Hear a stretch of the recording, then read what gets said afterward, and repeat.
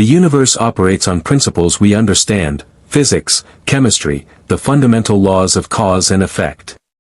Transporter technology had been perfected for over a century, breaking matter into its component atoms and reassembling it elsewhere with mathematical precision. Starfleet had transported billions of lifeforms safely across vast distances. The system was reliable, predictable. Until the moment Chief Miles O'Brien detected an impossible energy signature bleeding through subspace and watched his console erupt with warnings that should never appear simultaneously. "Captain, we have a problem," O'Brien called out from the transporter room, his voice tight with the kind of tension that came from seeing technology behave in ways it shouldn't. "I'm reading a massive subspace distortion forming inside the primary pattern buffer. It's not originated from anything we transported." Captain Jean-Luc Picard rose from his command chair, exchanging a glance with Commander William Riker. "Source? Unknown, sir." "It's like..." O'Brien's hands moved rapidly across his console. "It's like something's forcing its way through dimensional barriers, using our transporter beam as an anchor point." In the transporter room, reality began to tear. The familiar shimmer of a materialization sequence twisted into something else entirely. Colors that shouldn't exist in normal space, quantum fluctuations that made the laws of physics scream in protest. O'Brien's fingers flew across the emergency shutdown protocols, but the process had achieved its own momentum, drawing power directly from the ship's warp core. Then, as suddenly as it began, the maelstrom collapsed. On the transporter pad stood a man. He was humanoid, that much was certain, but everything else about him registered as wrong on a fundamental level.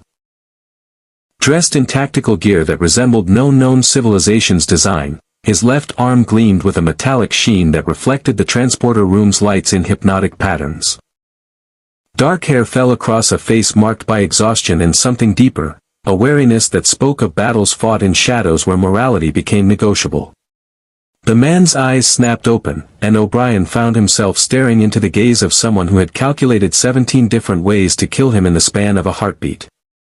"Don't move," O'Brien ordered, his hand hovering near his phaser.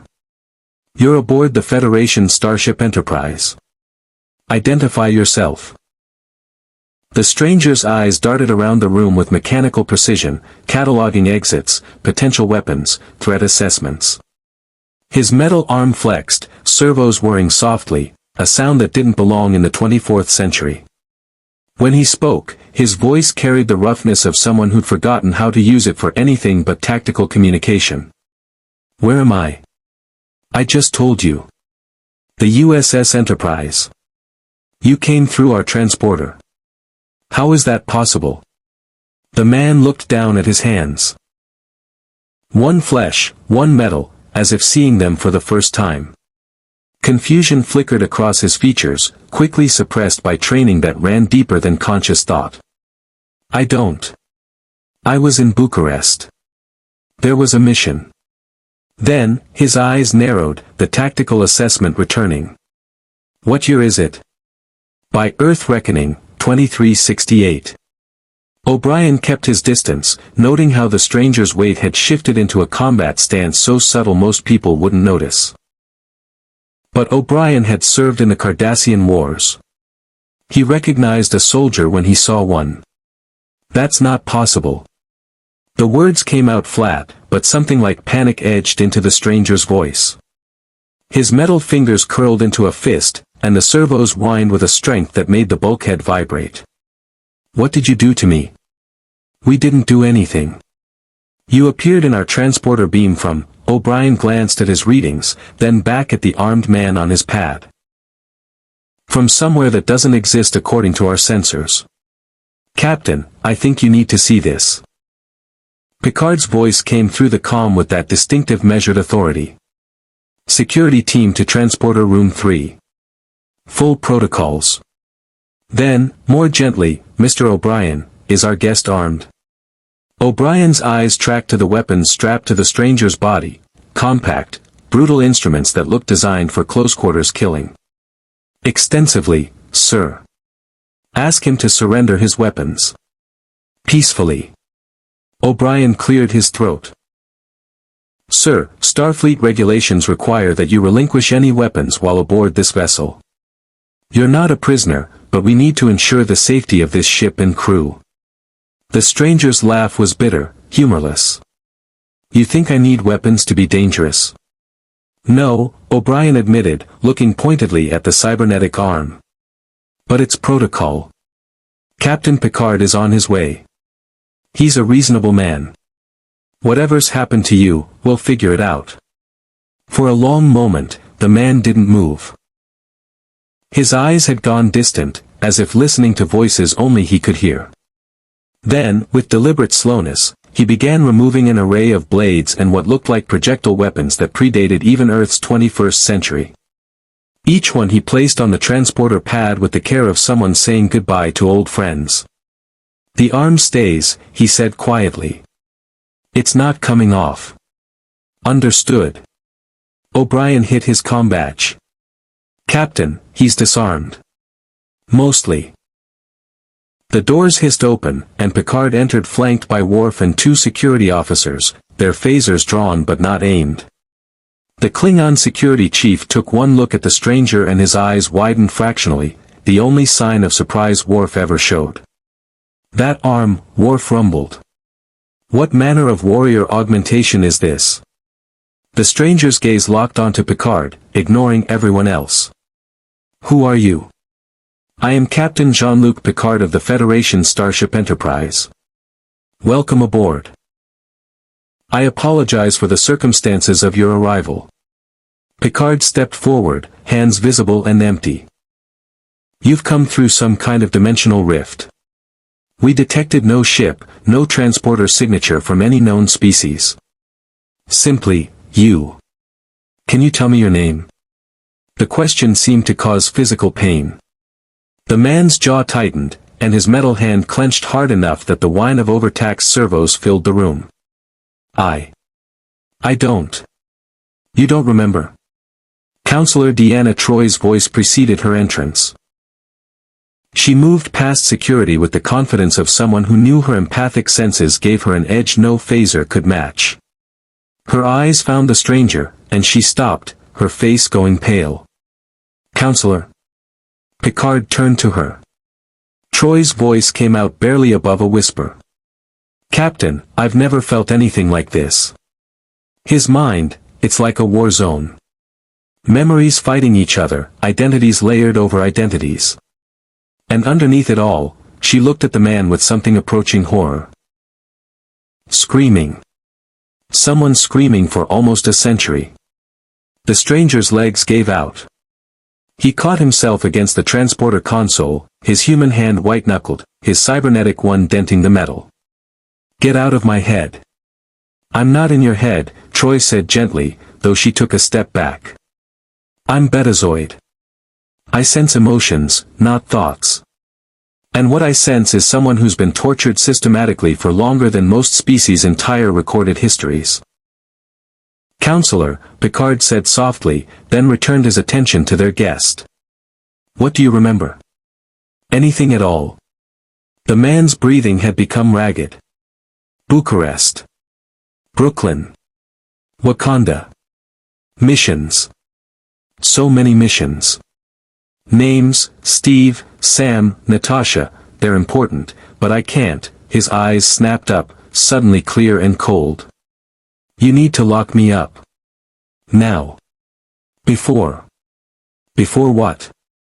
Worf demanded. Before they activate me. The temperature in the room seemed to drop 10 degrees.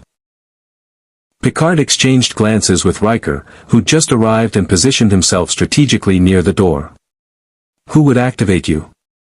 Picard asked. And for what purpose? The stranger's voice became hollow, reciting words that had been burned into his neural pathways through pain and repetition. Longing. Rusted. 17. Daybreak. Furnace. 9. Benign. Homecoming. 1. Freight car. Every muscle in his body went rigid. His eyes glazed over, and when they focused again, they held nothing human. The Winter Soldier had woken up. And he was 3 meters from the captain of the Federation's flagship. If you want to see more characters enter the Star Trek universe, hit that subscribe button and drop the name of a character you'd want to see in the comments below. Live long and prosper. Worf moved with Klingon speed, but the soldier was faster. The cybernetic arm shot out, caught Worf's wrist, and twisted with surgical precision. The security chief's phaser clattered to the deck. Before anyone could react, the soldier had Worf in a chokehold, the Klingon's own body used as a shield against the other security officers. Stand down. Picard ordered his crew, then addressed the soldier directly. We are not your enemy. Whatever programming you're responding to, it doesn't apply here. You're safe. The soldier's head tilted, processing. His grip on Worf didn't loosen, but something flickered behind his eyes, confusion where there should only be cold certainty. Mission parameters, unclear. Target designation, unknown. Data's voice came through the calm and analytical. Captain, I am detecting unusual neural activity in our guest's brain. There appears to be some form of technological conditioning overriding his autonomic nervous system. It is similar in principle to Borg neural implants, but the execution is far more primitive and brutal. Can you disrupt it? Picard asked. Unknown. I would need to examine him more closely. Troi took a careful step forward, her hands raised. James, if that's your name, can you hear me? The man under the programming. You don't want to hurt anyone. I can feel you fighting. Keep fighting. The soldier's grip wavered. Worf, sensing the opening, drove his elbow backward into the soldier's ribs with enough force to crack human bones. The soldier grunted but didn't release him. Instead, his metal hand moved to Worf's throat, and the servos began to tighten. Enough. The commanding voice came from an unexpected source. Dr. Beverly Crusher had entered the transporter room, medical tricorder in hand and fear nowhere in evidence. That man is suffering from severe psychological trauma and possible neurological damage. If you kill my security chief, Lieutenant, I'll have no choice but to sedate you, and you'll wake up in restraints. Is that what you want? The soldier's eyes found hers. For just a moment, humanity flickered there again, pain, confusion, desperation. I don't want, the words came out strangled, as if speaking them required fighting through layers of programming. His grip loosened incrementally. Don't know what I want. Worf dropped to the deck, gasping. The soldier made no move to pursue, his arms falling to his sides as if the strings controlling him had been cut. He swayed, then collapsed to his knees. I'm sorry, he whispered, and it was unclear who he was apologizing to, the crew of the Enterprise, or the ghosts of everyone he'd killed in a lifetime of missions he couldn't remember choosing. Picard approached slowly, then knelt beside him. What is your name, soldier? The man looked up, and tears tracked down his face. I don't know. I don't know anymore. But once I think I was James Buchanan Barnes. People called me Bucky. And I think, his voice broke. I think I've been asleep for a very long time. Sickbay had seen its share of unusual patients. Data's unique positronic construction, Worf's redundant Klingon physiology, even the occasional spatial anomaly victim whose molecular structure had been temporarily rewritten by subspace radiation. But as Dr. Beverly Crusher ran her medical tricorder over the unconscious man on her biobed, the readings made her stop and recalibrate her instruments 3 times. This can't be right, she muttered, adjusting the scanner's resolution. Data stood beside her, his golden eyes tracking the scrolling data with inhuman precision. The readings are consistent across multiple scans, Doctor. I have verified the calibration personally. Beverly looked down at their patient.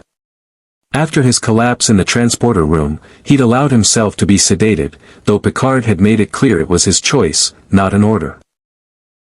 The man who called himself Bucky Barnes now lay motionless, his breathing steady, his cybernetic arm resting atop the blanket like some strange artifact from a museum of wars long past. His cellular structure is human, Beverly said, gesturing to her console where magnified images of his DNA spiraled across the screen. But it's been altered at the genetic level by something I've never encountered. Every cell in his body has been enhanced. Increased mitochondrial efficiency, accelerated healing factors, enhanced neuroplasticity. It's like someone took the human genome and optimized it for combat. A super soldier, Picard observed from where he stood near the door, arms clasped behind his back. Genetic augmentation has a long and troubling history in Earth's past. The eugenics wars of the 1990s, Khan Noonien Singh and his followers. We've seen what happens when humanity tries to improve itself through selective breeding and genetic manipulation. This is different, Captain. Beverly brought up another scan. This wasn't done in utero or through selective breeding. These modifications were introduced into an already mature human body. The serum, or whatever was used, rewrote his genetic code on the fly. The fact that he survived the process at all is miraculous. The fact that he's maintained stability for, she checked the cellular degradation markers. Dear God. Captain, his cells show markers consistent with someone who's over 100 years old, but they're functioning at the peak of human, enhanced human, physical condition. How is that possible? Riker asked from his position near the viewport. Cryogenic preservation, Data answered, his fingers moving across a secondary console. I have been analyzing the trace elements in his blood chemistry. There are residual cryogenic compounds present, specifically designed to prevent cellular damage during long-term freezing. Combined with his enhanced healing factor, he could theoretically be frozen and thawed repeatedly over decades without significant degradation. The implications settled over the room like a shroud. Picard's jaw tightened. They froze him. Used him for missions, then put him back on ice like some kind of weapon to be stored between wars. It's monstrous, Beverly said quietly. The psychological damage alone from repeated memory suppression and reconditioning would be catastrophic. No wonder Counselor Troi sensed what she did. As if summoned by the mention of her name, Deanna Troi entered sickbay with a PADD clutched in her hands. Her expression was troubled. Captain, I've been reviewing every psychiatric protocol we have for deprogramming and trauma recovery. Nothing in Federation medical archives comes close to what this man has endured. What about Borg survivors? Picard asked, his voice carrying the weight of personal experience. Those who've been disconnected from the collective face similar challenges, memories of actions taken without consent, loss of individual identity. I consulted those files, Troi said, moving to stand beside the bio bed. The parallel is there, but the Borg assimilate for efficiency and unity.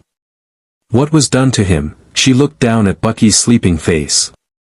This was deliberate fragmentation. Someone didn't just control him, they shattered his identity into pieces, then put those pieces back together wrong. Repeatedly. For decades. Beverly's tricorder emitted a soft chime. He's coming out of sedation. Bucky's eyes opened slowly, the initial confusion giving way to wary assessment as he took in his surroundings. His metal hand flexed experimentally against the biobed surface, testing whether he was restrained. He wasn't. Easy, Beverly said, her voice carrying the practiced calm of a doctor who talked down everything from frightened children to wounded Romulans. You're in sickbay. You're safe. How do you feel? Like I've been hit by a truck. His voice was hoarse. Or whatever the 24th century equivalent of a truck is. Your century had a fondness for vehicular metaphors, Data observed. In our time, one might say, hit by a shuttlecraft, though the kinetic energy transfer would be. Data, Picard said gently. My apologies. I was attempting to make Mr. Barnes feel more comfortable through familiar cultural references. Despite everything, Bucky's lips quirked in something almost resembling a smile. You're an android. I am an artificial life form, yes. A Sung-type android with a positronic brain. I am Lieutenant Commander Data, second officer of the Enterprise. Bucky studied Data with an intensity that made Beverly reach for her hypospray, but the soldier's interest seemed purely curious rather than tactical. You're a machine, but you're a person. They treat you like a person. The question of my personhood has been legally established, Data replied. Though it remains a subject of philosophical debate among some scholars. Do I have a soul? Am I truly self-aware, or simply an extremely sophisticated simulation of awareness? These are questions I myself ponder. Join the club, Bucky said quietly. I've been asking myself similar questions for longer than I can remember. Which isn't saying much, since my memory's been Swiss cheese for about 80 years. Picard moved closer to the bio-bed, his hands still clasped behind his back in that characteristic pose of thoughtful authority. Mr. Barnes, may I call you that? Bucky. I think I prefer Bucky. When people call me Mr. Barnes, I think of my father. Bucky, then.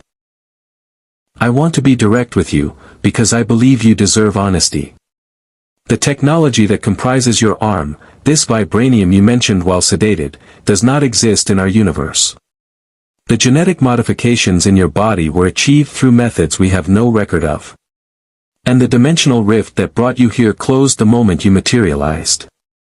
We have no way to send you home. The words hung in the air like a death sentence. Bucky's expression didn't change, but his human hand gripped the edge of the bio-bed hard enough to blanch his knuckles. How long? I beg your pardon. How long have I been here? In your universe? Approximately 4 hours, Data supplied. Though the temporal mechanics of your transition may mean that time has passed differently in your reality of origin. Bucky's laugh was bitter. Story of my life. Always waking up somewhere I don't remember going, missing time I can't account for. He looked directly at Picard. You scanned me. You know what I am. What they made me. So what happens now? Do you lock me up? Hand me over to whatever passes for your version of the Avengers? The Federation doesn't believe in imprisonment without due process, Picard said firmly. And you've committed no crime aboard this vessel. What happened in the transporter room was the result of psychological conditioning outside your control. Mr. Worf has already stated he considers the matter closed. That's generous of him, considering I nearly crushed his windpipe. Klingon respect combat prowess, Riker offered. Trust me, you earned his attention. In a weird way, that's a compliment. Beverly moved to adjust her instruments, bringing up a detailed scan of Bucky's neural pathways. Captain, with your permission, I'd like to examine the conditioning mechanisms in more detail. If we can understand how they work, we might be able to develop a countermeasure. Something to prevent accidental activation. Will it hurt? Bucky asked, not looking at her. I won't lie to you. Some neural scans can be uncomfortable. But I promise, no invasive procedures without your explicit consent. And if I refuse? Then you refuse, Picard said simply. You're not a prisoner, Bucky. You're a man in need of help. We'd like to offer that help, but the choice is yours. Bucky was silent for a long moment, his eyes distant. When he spoke again, his voice carried the exhaustion of someone who'd fought too many battles with no end in sight. In my time, I had friends. Good people who tried to help me remember who I was. They took me to Wakanda, a country with technology more advanced than anything else on Earth. Their scientists worked on my mind, tried to remove HYDRA's programming without destroying what was left of me. He touched his temple with his flesh hand. It worked, mostly. I got better. Started to remember things. Started to feel like Bucky Barnes again instead of the Winter Soldier. HYDRA, Data repeated, his head tilting slightly. The mythological creature, or an acronym? Both. An organization that was supposed to die with the Third Reich but didn't. They infiltrated everything, governments, intelligence agencies, even the people I thought were heroes. They're the ones who created the Winter Soldier program. They're the ones who took a good man who fell off a train in 1945 and turned him into their personal assassin for 70 years. The temperature in sickbay seemed to drop. Beverly's hand had gone to her mouth, and even Data's expression shifted into something resembling concern. 1945, Picard said softly. World War II. You're telling us you're a soldier from Earth's Second World War? Was a soldier. Sergeant James Buchanan Barnes, 107th Infantry, then the Howling Commandos. Best friend of Steve Rogers, you might know him as Captain America, though I doubt that name means anything 400 years later. Bucky's metal fingers drummed against the bio bed in an unconscious rhythm. We fought Nazis, stopped HYDRA's superweapons, tried to save the world. Steve succeeded. I failed. Fell from a train in the Alps, should have died. Instead, the Russians found me, and HYDRA found the Russians. And they kept you frozen between missions, Troi said, her empathic senses clearly overwhelmed by the depth of trauma radiating from him. Activated you when they needed an assassin, then erased your memory and put you back on ice. 4 decades. Longer. I was active in 2016 when I went into hiding. Spent a couple years in Wakanda getting my head straightened out. Then came the snap, long story involving aliens and infinity stones and half the universe disappearing, and after that, more fighting, and then, he trailed off, confusion crossing his face. Then I was in Bucharest. Laying low. And then I was here. Picard exchanged glances with his senior officers. Each of them could see the implications. This man had been pulled from his reality at an unknown point in his timeline, thrown into a universe 400 years more advanced, with no way home and no context for anything around him. We will help you, Picard said, and it wasn't a question or an offer, it was a statement of fact. Starfleet's mission is to seek out new life and new civilizations. You certainly qualify as both. Dar. Crusher will examine your conditioning, Counselor Troi will help you process the trauma, and in the meantime, you have sanctuary aboard this vessel. Just like that? Bucky asked, suspicion warring with desperate hope in his voice. You don't know me. For all you know, those trigger words could turn me into a killing machine again. Then we'll work to prevent that, Beverly said firmly. I didn't become a doctor to give up on patients just because they're complicated. Besides, Data added, your presence aboard this vessel represents a unique opportunity for scientific and philosophical inquiry. A human from the 20th century, enhanced through unknown means, transported across dimensional barriers. The questions you raise about identity, consciousness, and the nature of humanity itself are precisely the kinds of questions I find most fascinating. Bucky looked at the android for a long moment, then back to Picard. You're serious. All of you. You actually want to help. Welcome to the 24th century, Riker said with a slight smile. We've moved past some of humanity's darker impulses. Not all of them, we're still working on it, but we try. And we don't abandon people who need help. A single tear tracked down Bucky's cheek, and he wiped it away quickly with his human hand. I don't know what to say. Say you'll let us try, Picard suggested gently. Starting with a full medical evaluation and neural mapping. If we're going to deprogram HYDRA's conditioning, we need to understand what we're working with. Bucky took a deep breath, then nodded. Okay. But I need to know something first. When those words activated me in the transporter room, I had orders. Missions. Targets. None of it made any sense, the neural pathways fired, but there was no mission framework, no handler, nothing to tell me what I was supposed to do. It felt like, he struggled for the words. Like I was a gun with no one pulling the trigger. That may be your salvation, Troi said quietly. The programming requires external validation to function properly. Without HYDRA, without handlers, without mission parameters, the conditioning has nothing to latch onto. You're free, Bucky. Perhaps more free than you've been in 80 years.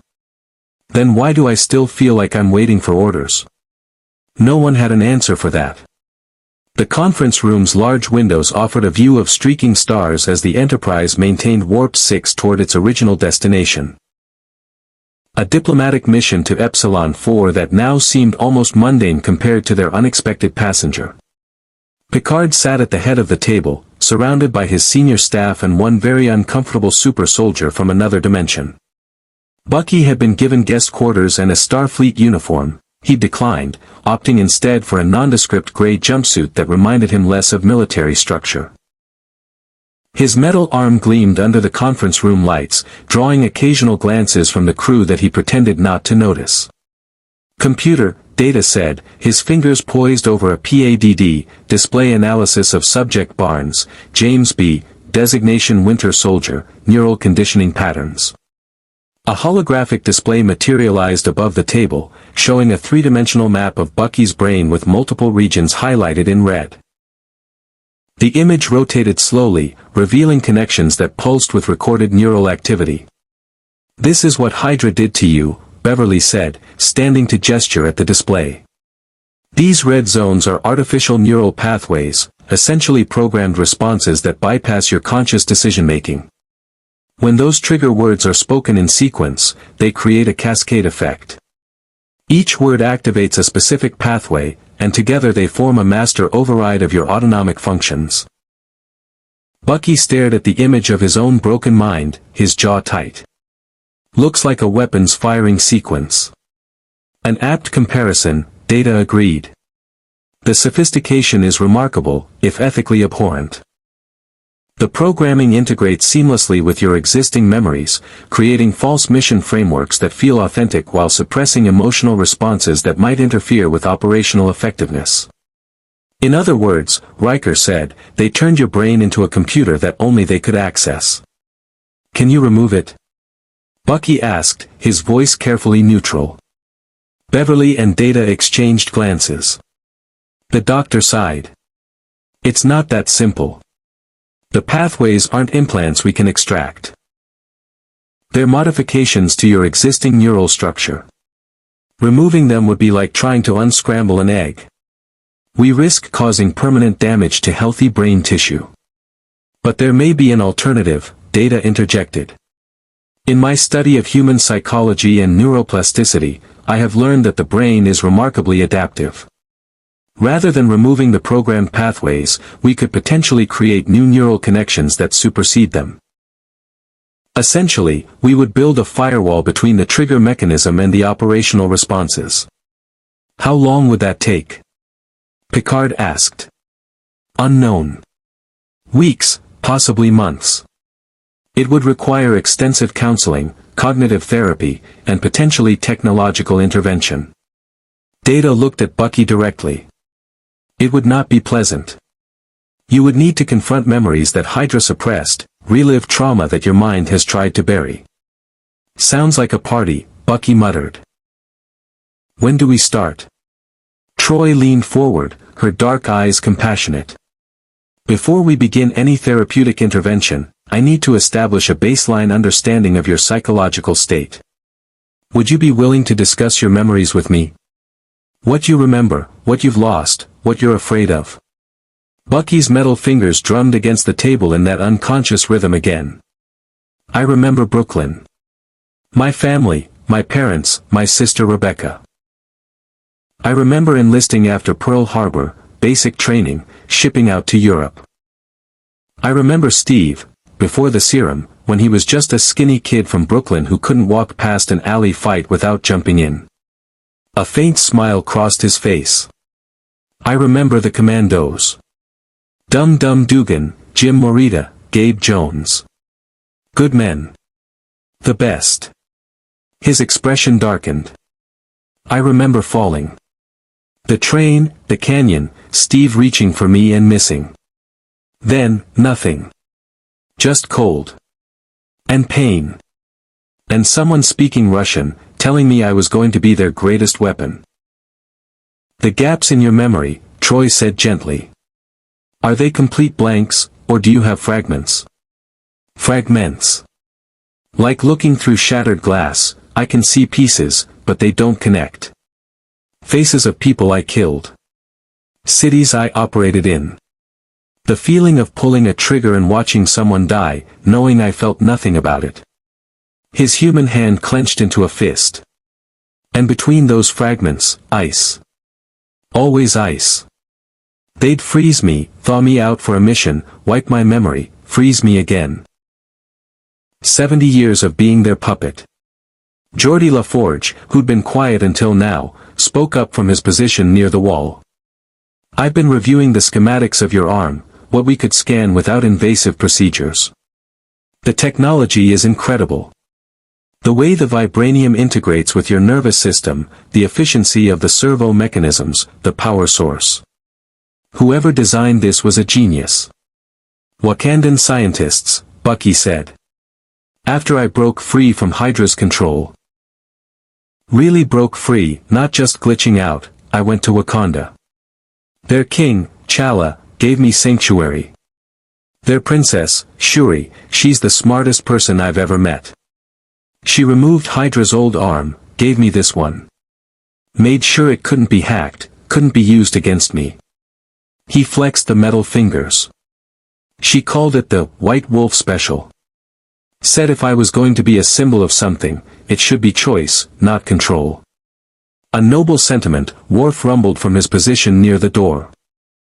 The Klingon had insisted on attending the briefing despite Picard's suggestion that he might want medical leave after the transporter room incident. This Shuri sounds like a warrior poet. Her gift honors both your strength and your suffering.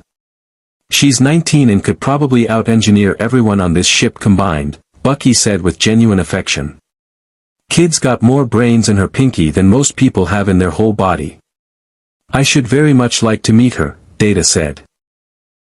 Though given the dimensional barriers, that seems unlikely. The reminder of Bucky's situation cast a pall over the room. He was stranded in a universe not his own, 400 years out of time, with no way back to the people who'd helped him reclaim his humanity. Picard cleared his throat. Regardless of our ability to return you to your reality, we have immediate concerns. Starfleet Command will need to be informed of your presence. Your technology, your enhancements, your very existence raises questions that will require diplomatic finesse. You think they'll try to study me, Bucky said flatly. Lock me in some lab and take me apart to see how I work. I will not allow that, Picard said with steel in his voice. But I would be lying if I said there weren't factions within Starfleet who would see you as a resource to be exploited rather than a person to be helped. Section 31, for instance. Section 31. Bucky's eyes narrowed. Let me guess, Black Ops division that officially doesn't exist but everyone knows about. Frighteningly accurate, Riker said. They operate outside normal Starfleet protocols, justified by the belief that the Federation's survival sometimes requires getting their hands dirty. If they learn about you. They already know, a new voice said from the doorway. Everyone turned to see a man in a Starfleet uniform, though the rank insignia was somehow ambiguous. It seemed to shift depending on the angle. He was human, middle-aged, with the kind of unremarkable face that would disappear in a crowd. Which, Bucky immediately recognized, was precisely the point. Who are you? Picard demanded, rising from his seat. And how did you board my ship? Commander Harris, Section 31. The man smiled, though it didn't reach his eyes. As for how, Captain, we have our ways. You've done excellent work with Mr. Barnes here, the neural scans alone are fascinating. But I'm afraid we need to discuss his future accommodations. Bucky was on his feet, his cybernetic hand clenched. I've met men like you before. They wore swastikas and talked about the greater good while they built death camps. Harris's smile didn't falter. Dramatic. I assure you, we have no intention of harming you. Quite the opposite. You represent a unique opportunity, a soldier from another reality, enhanced beyond anything we've achieved, with combat experience spanning decades. The threats facing the Federation are numerous. The Borg, the Dominion, species we haven't even encountered yet.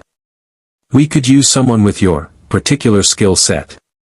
I'm not a weapon, Bucky said quietly, but there was danger in his voice. Not anymore. Everyone's a weapon if you know how to aim them, Harris replied. We're not HYDRA, Mr. Barnes. We don't deal in mind control or forced servitude. We're offering employment. Protection. A purpose in a universe where you have no legal identity, no home, no past. Get off my ship, Picard said, his voice carrying the full authority of his rank. You have no jurisdiction here. Mr. Barnes is under my protection as a Federation asylum seeker. Asylum from what, Captain? He's not running from persecution, he's displaced from another reality entirely. That makes him salvage at best, contraband at worst. Harris pulled out a PADD. I have orders from Starfleet Intelligence. Mr. Barnes is to be remanded to our custody for debriefing and evaluation. Your orders are not legitimate, Data said. Moving to examine the PADD. Section 31 operates outside official chain of command. Any orders they issue lack proper authorization codes. The codes are there, Commander. You just need the right clearance to see them. Worf stepped forward, his hand resting on his phaser. Captain Picard has given you an order. Leave. Now. Harris looked around the room, calculating odds, assessing threats. His gaze lingered on Bucky, who stared back with the cold efficiency of someone who'd been on both sides of this kind of recruitment pitch. I'll leave, Harris said finally. But this conversation isn't over. Mr. Barnes, think about what I said. The Federation needs people like you, whether Captain Picard wants to admit it or not. We'll be in touch. He walked out of the conference room with the casual confidence of someone who knew he could return whenever he wanted. The door hissed shut behind him. Computer, Picard said immediately, initiate security protocol Baker 7. Full internal sensor sweep for unauthorized personnel or devices. The computer's voice responded with clinical efficiency. Acknowledged. Sweep in progress. Bucky sat back down, his metal hand leaving small dents in the armrest. That's going to be a problem. Yes, Picard agreed. Section 31 doesn't make idle threats. If they want you, they'll find ways to circumvent proper channels. We'll need to be vigilant. With all due respect, Captain, Bucky said, meeting Picard's eyes, you're not equipped to stop them. I've dealt with organizations like that before. They don't play by rules. They don't respect authority. And they always get what they want eventually. Then we'll ensure they don't want you, Troi said. If we can remove the conditioning, prove that you're no longer a viable asset as a programmed operative, they'll lose interest. Or they'll just reprogram me themselves, Bucky countered. Better technology, cleaner methodology, same result. Geordi shook his head. Not if we make sure everyone knows who you are. Section 31 operates in shadows. Shine enough light on their activities, and they back off. Usually. There's another option, Worf said, his voice carrying the weight of Klingon pragmatism. You could request asylum with the Klingon Empire. As a warrior of proven skill, you would be granted protection under Klingon honor codes. Section 31 would not dare violate Klingon sovereignty. Bucky looked at the Klingon security chief with something approaching respect. You do that? Vouch for someone you just met. You fought with honor when your mind was not your own. You showed restraint when killing me would have been easier. And you carry the scars of a warrior who has seen too much and still chooses to fight. Worf's expression softened fractionally. Yes. I would vouch for you. The Klingon option may not be necessary, Picard said. But it's good to have alternatives. In the meantime, we continue with Dr. Crusher's medical evaluation and Counselor Troi's therapeutic protocols. If Section 31 returns, we'll deal with them together. Captain, Data said, looking up from his console, I have completed analysis of the dimensional rift that brought Mr. Barnes to our universe.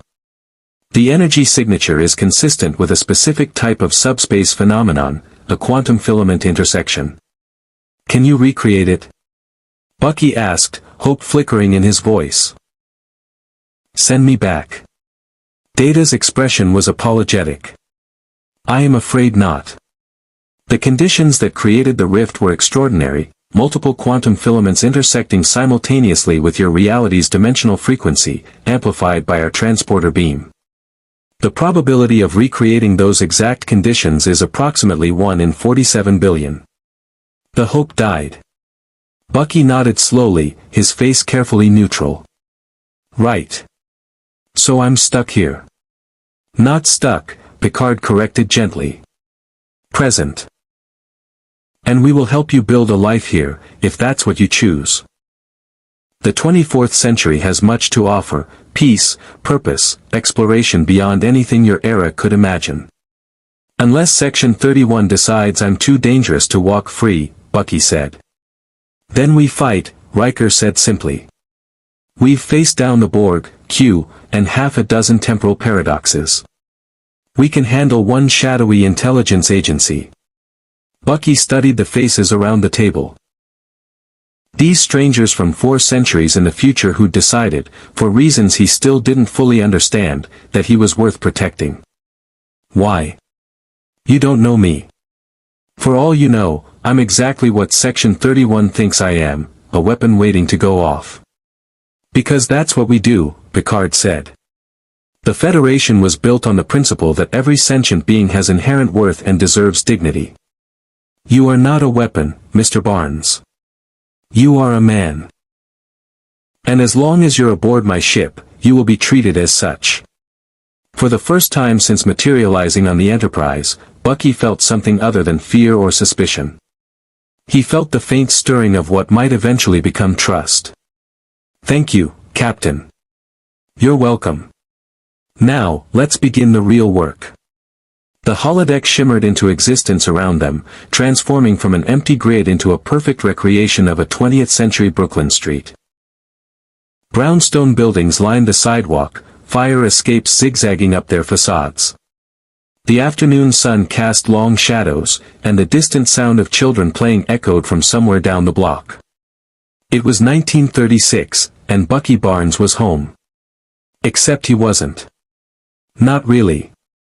Counselor Troi thought this might help, Beverly said, standing beside him on the simulated street corner. She'd changed out of her medical uniform into period-appropriate civilian clothes. A simple dress and cardigan that would have blended perfectly into Depression-era New York. Familiar surroundings sometimes make it easier to access suppressed memories. Bucky stood motionless, his eyes tracking every detail with the precision of someone searching for threats. The metal arm hung at his side, incongruous against the historical setting. It's close. The buildings are right, the layout. But something's off. The smell, maybe. Real Brooklyn smelled like coal smoke and cooking grease and too many people packed into too little space. The holodeck can simulate olfactory data, Data offered.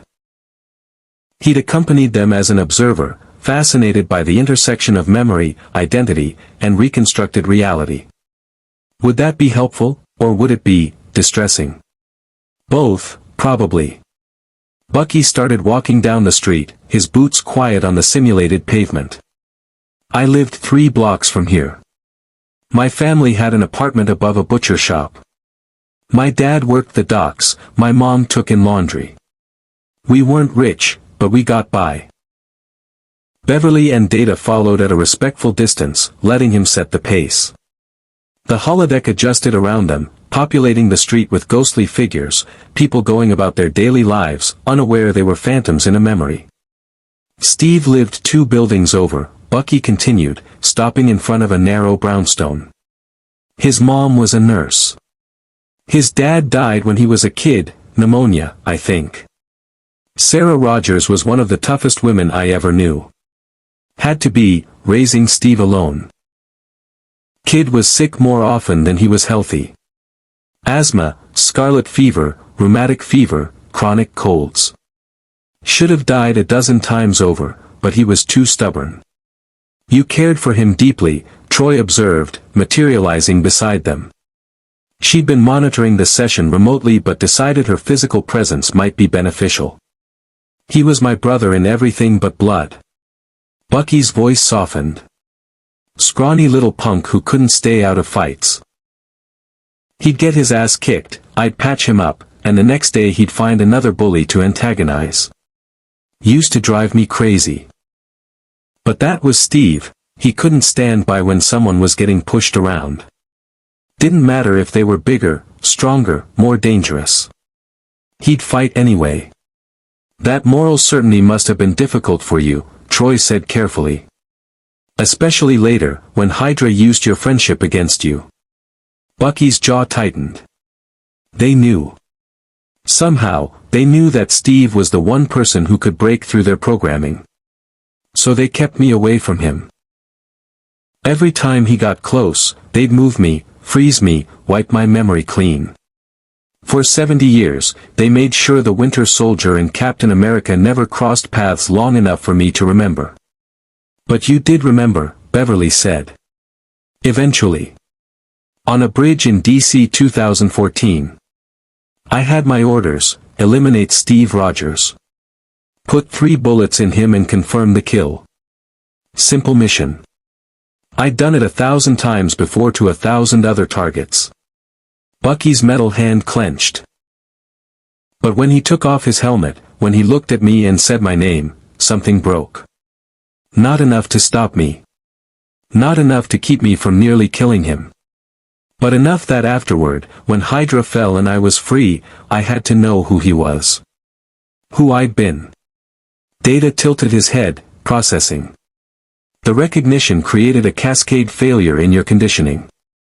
A single point of authentic memory that HYDRA's programming could not fully suppress. Is that what happened? Bucky turned to look at the android. I always wondered. It felt like waking up from a nightmare where you can't remember why you're screaming, but you know something terrible happened. The human brain is remarkably resilient, Beverly said. Even after decades of conditioning and memory suppression, core identity markers persist. Your friendship with Steve Rogers was so fundamental to who you are that not even HYDRA could completely erase it. They tried hard enough. Bucky started walking again, leading them deeper into the holographic Brooklyn. I remember fragments of the process. Chair. Electrodes. Pain that made you want to die just to make it stop. And then nothing. Blank slate. Ready for the next mission. They turned a corner, and the scene shifted. Now they stood outside a small diner, its neon sign flickering, Sal's Place, in red letters. Through the windows, they could see the ghost of a younger Bucky, 17, maybe 18, sitting at the counter with an equally young Steve Rogers. I remember this, Bucky whispered.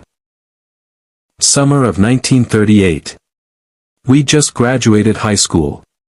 Steve wanted to go to art school, but we couldn't afford it. We were in here planning our futures like we had any control over them. Like the world wasn't about to catch fire and drag us all into hell. The holographic figures laughed at some unheard joke, their faces bright with the optimism of young men who still believed they were invincible. 3 years later, Pearl Harbor happened, Bucky continued. I enlisted the next day. Steve tried to enlist too, but they rejected him. Too many health problems. He tried again under different names, different recruiting stations. Got rejected every time. It killed him, knowing I was going to war while he stayed home. But he found a way, Data said. Project Rebirth. The super soldier serum. Yeah. And it worked.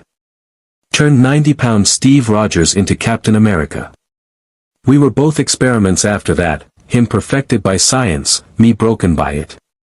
Two sides of the same coin. Troi moved closer, her empathic senses fully engaged. You feel guilt. Survivor's guilt, complicated by the belief that Steve received the gift you deserved while you received the curse. I fell off that train because I wasn't good enough. Wasn't strong enough. Wasn't enhanced enough. Bucky's voice was raw. Steve got the serum because he was pure. Noble. The best of us. I got HYDRA's version because I was convenient. Wrong place, wrong time, wrong universe for a kid from Brooklyn who just wanted to do his part. That's not guilt, Beverly said firmly. That's trauma speaking. You were a victim, Bucky. Nothing that happened to you was your fault. Tell that to the people I killed. He turned away from the diner, his shoulders tight. HYDRA kept records. Mission reports. After DC, when their files got dumped online, I read them. Every single one. Took me 3 days. Politicians, scientists, journalists, activists. Anyone who threatened their agenda. I killed them all. Efficiently. Professionally. Without hesitation. Without choice, Troi corrected. The Winter Soldier killed those people. Not Bucky Barnes. What's the difference? His voice cracked. I pulled the triggers. My hands. My skills. My body. Whether my mind was my own doesn't change the fact that they're dead because of me. The holodeck's cheerful Brooklyn street suddenly felt oppressive. Data stepped forward, his movements precise and measured. If I may offer a perspective. As an artificial being, I have often contemplated the nature of responsibility and autonomy. If someone were to reprogram my positronic matrix and use me to commit violence, would I be culpable? Or would the programmer bear that responsibility? You're a machine, Bucky said, not unkindly. It's different. Is it? Both of us can have our core programming overridden. Both of us can be used as tools by those who understand our systems. The primary difference is that my existence began as a machine, while yours was subverted into one. But the ethical question remains, where does culpability lie when autonomy is stripped away? Bucky stared at the android for a long moment. You're trying to make me feel better.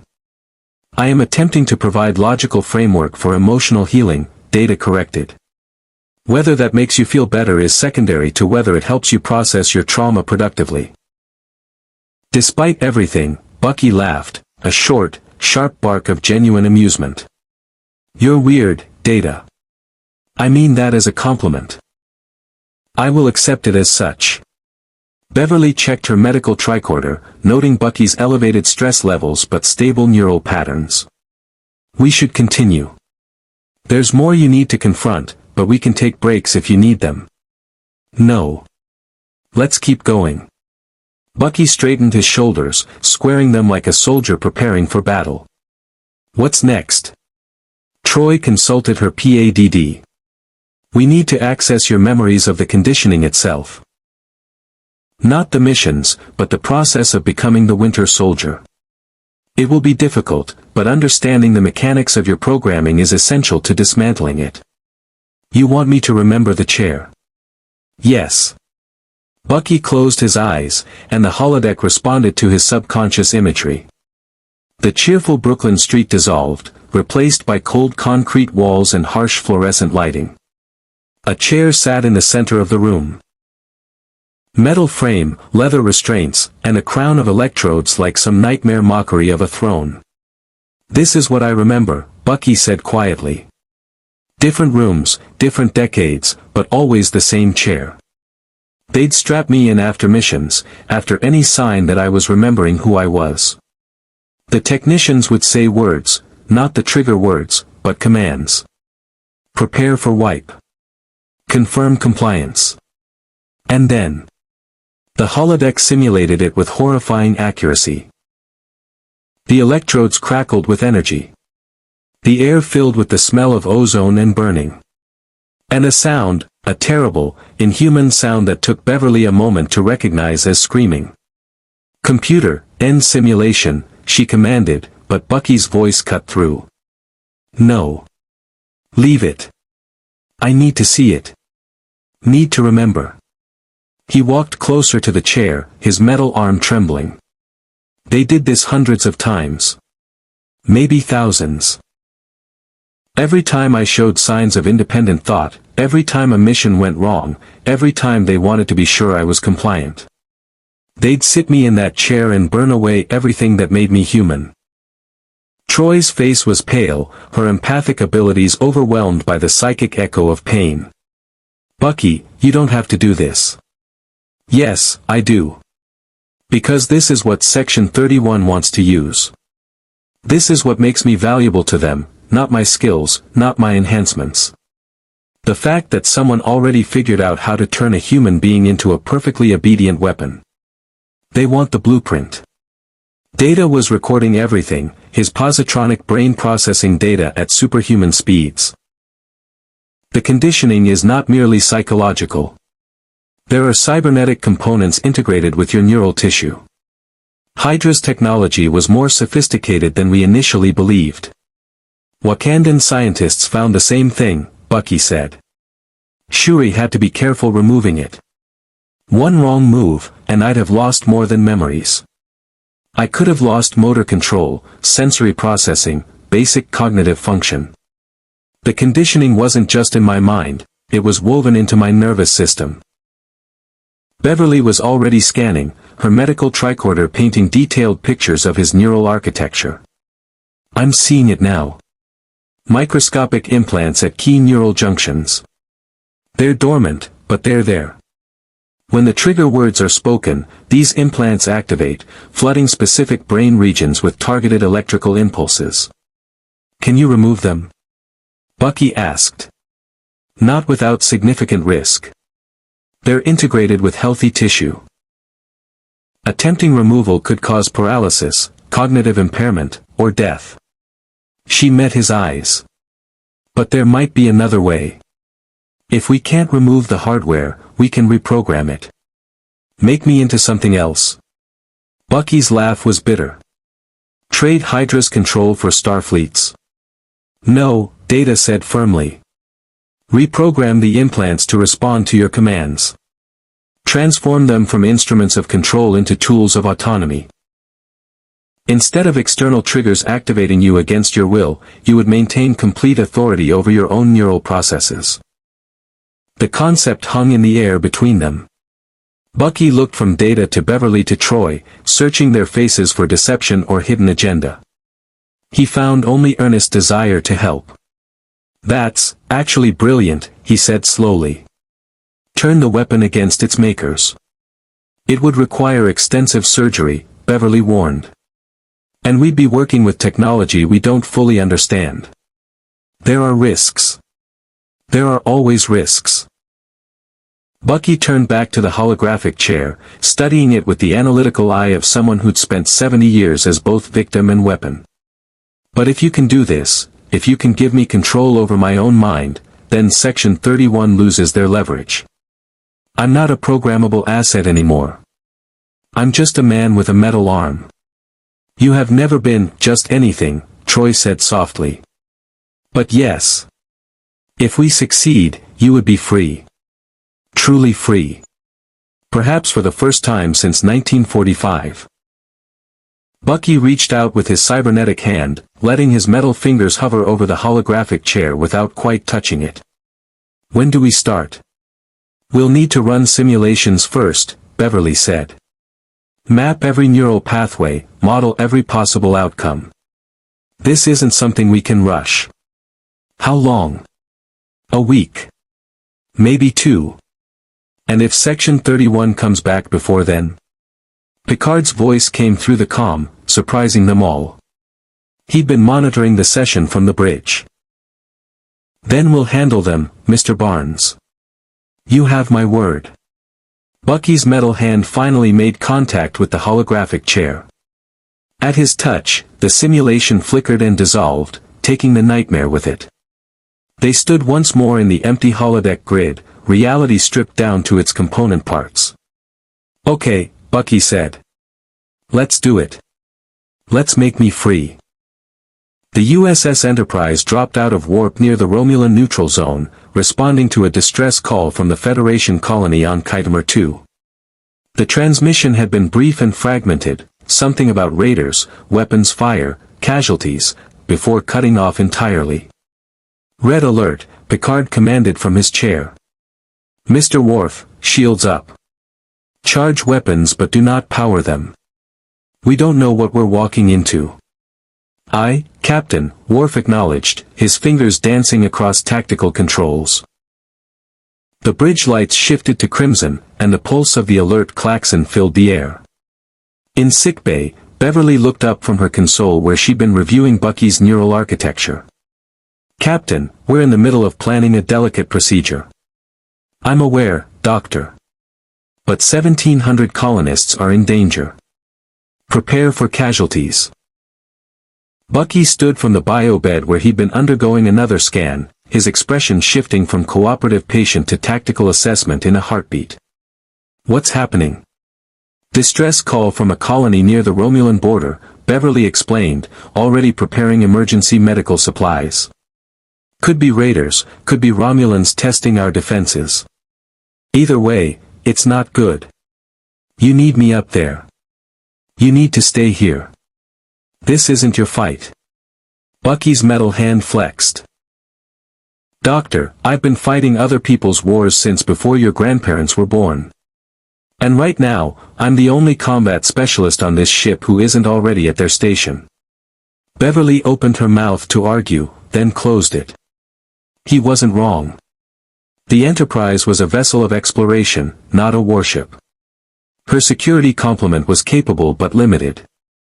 And Bucky Barnes was a man engineered for exactly this kind of situation. Let me check with the captain. She tapped her comm badge. Crusher to bridge. Captain, Mr. Barnes is requesting permission to assist if combat becomes necessary. There was a pause. Through the comm, they could hear Riker's voice reporting sensor contacts, 3 ships, Romulan design, circling the colony like predators. Then Picard's measured response, does Dr. Crusher believe he's physically capable? His enhancements make him more than capable, Captain. The question is whether we want to put him in that position. Another pause. Then, Mr. Barnes, this is Captain Picard. If you're volunteering for this, I need to be clear. You'll be operating under Starfleet protocols, under Commander Worf's direct authority. You will not engage unless ordered. Is that understood? Bucky had moved close enough to Beverly's comm badge to respond directly. Understood, Captain. I've worked in chain of command before. I won't be a cowboy. Report to the armory. Worf will brief you on phaser protocols and tactical objectives. And Mr. Barnes, Picard's voice softened fractionally. Thank you. The armory was a compact room filled with weapons that would have seemed like science fiction to Bucky's 1940s sensibilities. Worf stood at the central console, selecting equipment with the practiced efficiency of a career soldier. Mr. Barnes. The Klingon looked up, his expression unreadable. Captain Picard has authorized your participation in the away team. However, I must ensure you understand our rules of engagement. We are not here to conquer or kill. We are here to protect. Understood. Bucky surveyed the phaser rifles mounted on the wall. I'm guessing these are your standard weapons. Type 3 phaser rifles. Variable settings from stun to disintegrate. We will be operating on heavy stun unless facing imminent lethal threat. Worf handed him a rifle, then paused. You have used directed energy weapons before. Not exactly like these, but the principle's the same. Point, squeeze, target goes down. Bucky checked the weapon's weight, balance, and sight alignment with movements so automatic they might as well have been breathing. What's the effective range? Approximately 100 meters in atmosphere. Beyond that, atmospheric dispersion reduces effectiveness. So close to mid-range work. Fine by me. Bucky slung the rifle across his back, then examined the rest of the armory's contents. You got any close quarters options? Something for when things get personal. Worf's lip curled in what might have been approval. He retrieved a combat knife from a secured locker. A black blade that hummed with a faint energy signature. Klingon DK Tog. Not standard Starfleet issue, but effective. The primary blade is duranium alloy. The side blades are energized and can cut through most personal armor. Bucky tested the knife's weight, its balance. The design was alien, but the purpose was universal. This'll work. I must ask, Mr. Barnes, are you prepared to face combat again? After everything you've endured? Honestly? No. But those colonists don't have the luxury of waiting until I've worked through my trauma. Bucky met Worf's eyes directly. I spent 70 years being someone else's weapon. Right now, I'm choosing to be a shield. There's a difference.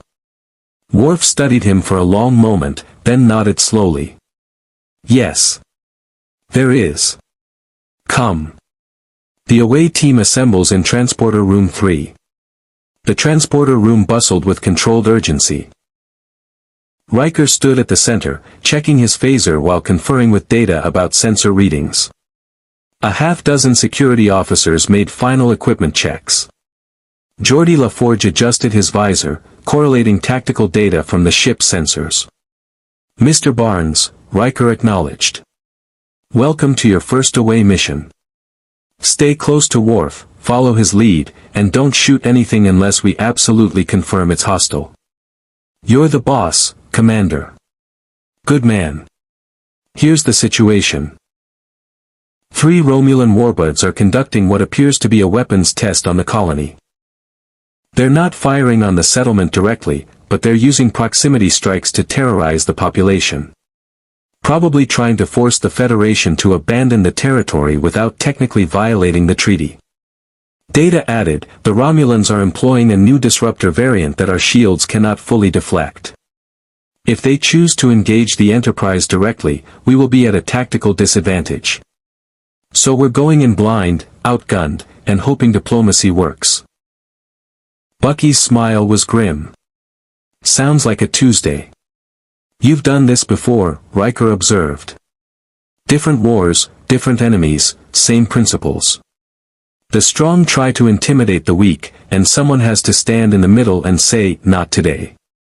Bucky checked his rifle one more time. Let's go ruin their day.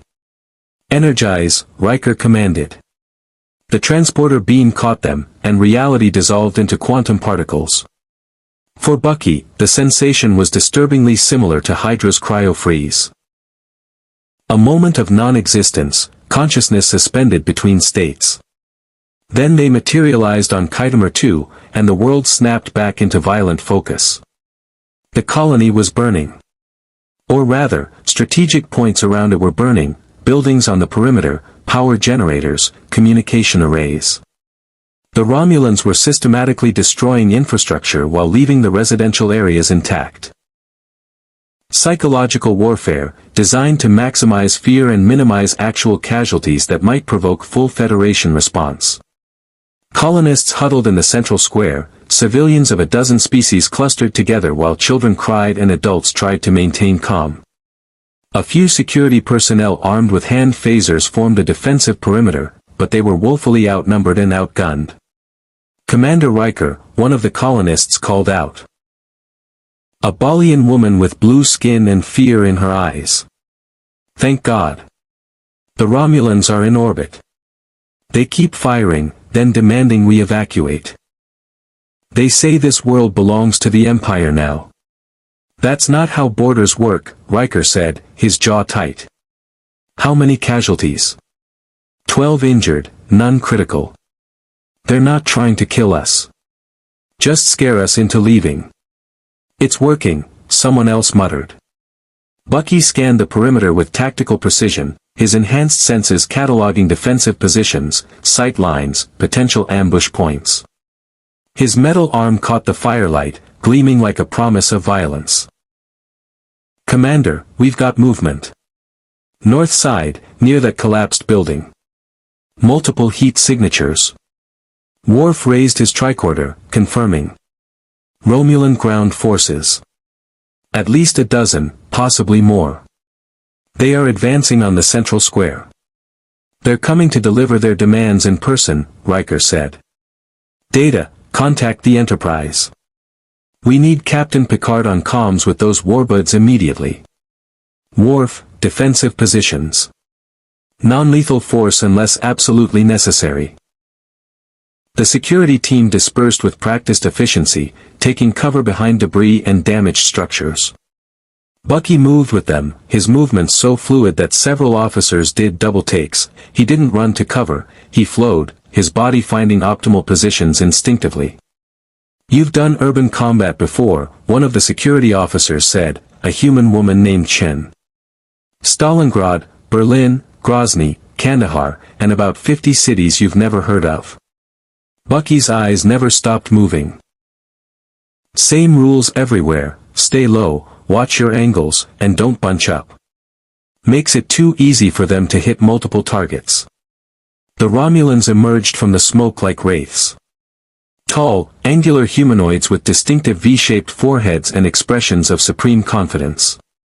They wore combat armor that shimmered with personal shield generators. Their disruptor rifles were aimed at the ground, a show of force without immediate threat. Leading them was a Romulan commander, his armor more ornate, his bearing aristocratic. When he spoke, his voice carried across the square with contemptuous ease. I am Commander Tomalak of the Romulan Star Empire. This colony is in violation of the Treaty of Aldrin. You have 6 hours to evacuate before we level this settlement and claim this world for the Empire. Riker stepped forward, his phaser holstered but visible. I'm Commander William Riker of the Federation Starship Enterprise. This colony was established with full treaty compliance. You're the ones in violation. The treaty is negotiable. Tomalak's smile was predatory. Especially when Federation resolve is so easily tested. Your ship cannot stand against 3 warbuds. Your colony cannot withstand sustained bombardment. Spare your people unnecessary suffering. Leave. Not going to happen. Then you choose death. How very human. Tomalak gestured to his soldiers, and their weapons came up, targeting Riker's team. Bucky's finger moved to his trigger. One shot, center mass on Tomalak, and the command structure collapsed. It would buy them seconds, maybe a minute. His tactical training screamed at him to take the shot, eliminate the threat, protect the innocents. But Picard's words echoed in his mind, we are not here to conquer or kill. We are here to protect. Commander, Bucky said quietly into his comm badge. I've got a shot on their leader. Say the word. Stand down, Mr. Barnes, Riker ordered, his eyes never leaving Tomalak. We're not starting a war today. Tomalak's expression shifted, curiosity momentarily replacing contempt. Curious. One of your soldiers shows wisdom, yet you refuse to act. Are all Starfleet officers this foolish? We prefer principled, Riker said. And if you check your sensors, you'll notice that the Enterprise has just locked weapons on all 3 of your warbuds.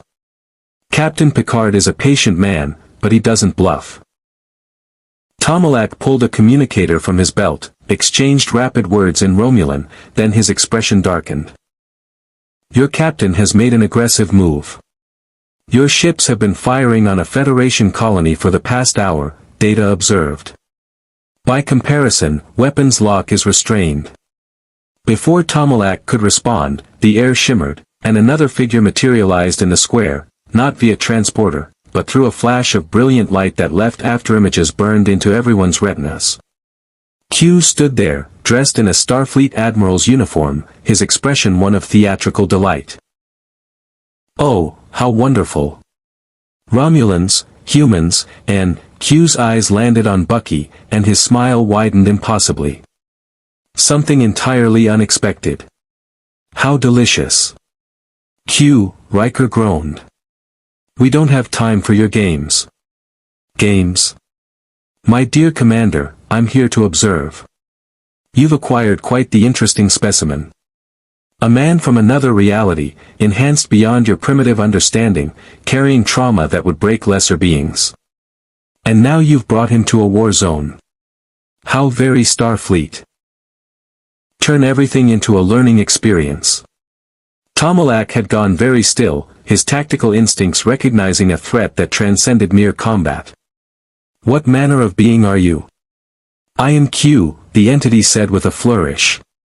Member of the Q continuum, omnipotent, omniscient, and utterly bored with your territorial squabbles. But this, he gestured to Bucky. This is fascinating. Tell me, soldier from another world, do you believe in fate? Because your arrival here, at this moment, in this place, is either cosmic coincidence or something far more interesting. Bucky's rifle remained steady, aimed at the ground but ready. I believe people make their own fate. Everything else is just noise. Q clapped his hands together. Oh, I like you. So much anger, so much guilt, wrapped around a core of stubborn nobility. You're like Captain America, but with better trauma and a significantly more functional arm. How do you know about Captain America? I'm omniscient, remember? I know everything about you, James Buchanan Barnes. Every mission, every kill, every moment of pain. I could tell you things about yourself that even you don't remember. Q's expression turned serious, a rare and unsettling sight. But that would be cheating. And I do so hate to cheat when the game is this intriguing. Q, Picard's voice came through every comm badge simultaneously, whatever you're planning, stop. These people don't need your intervention. Oh, Jean-Luc, always so serious. I'm not planning anything. I'm simply, curious.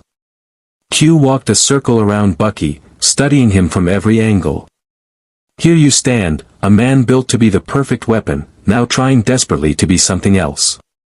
And here stand the Romulans, believing strength is measured in firepower and intimidation. It seems like an opportunity for education, don't you think? I'm not a teaching tool, Bucky said flatly.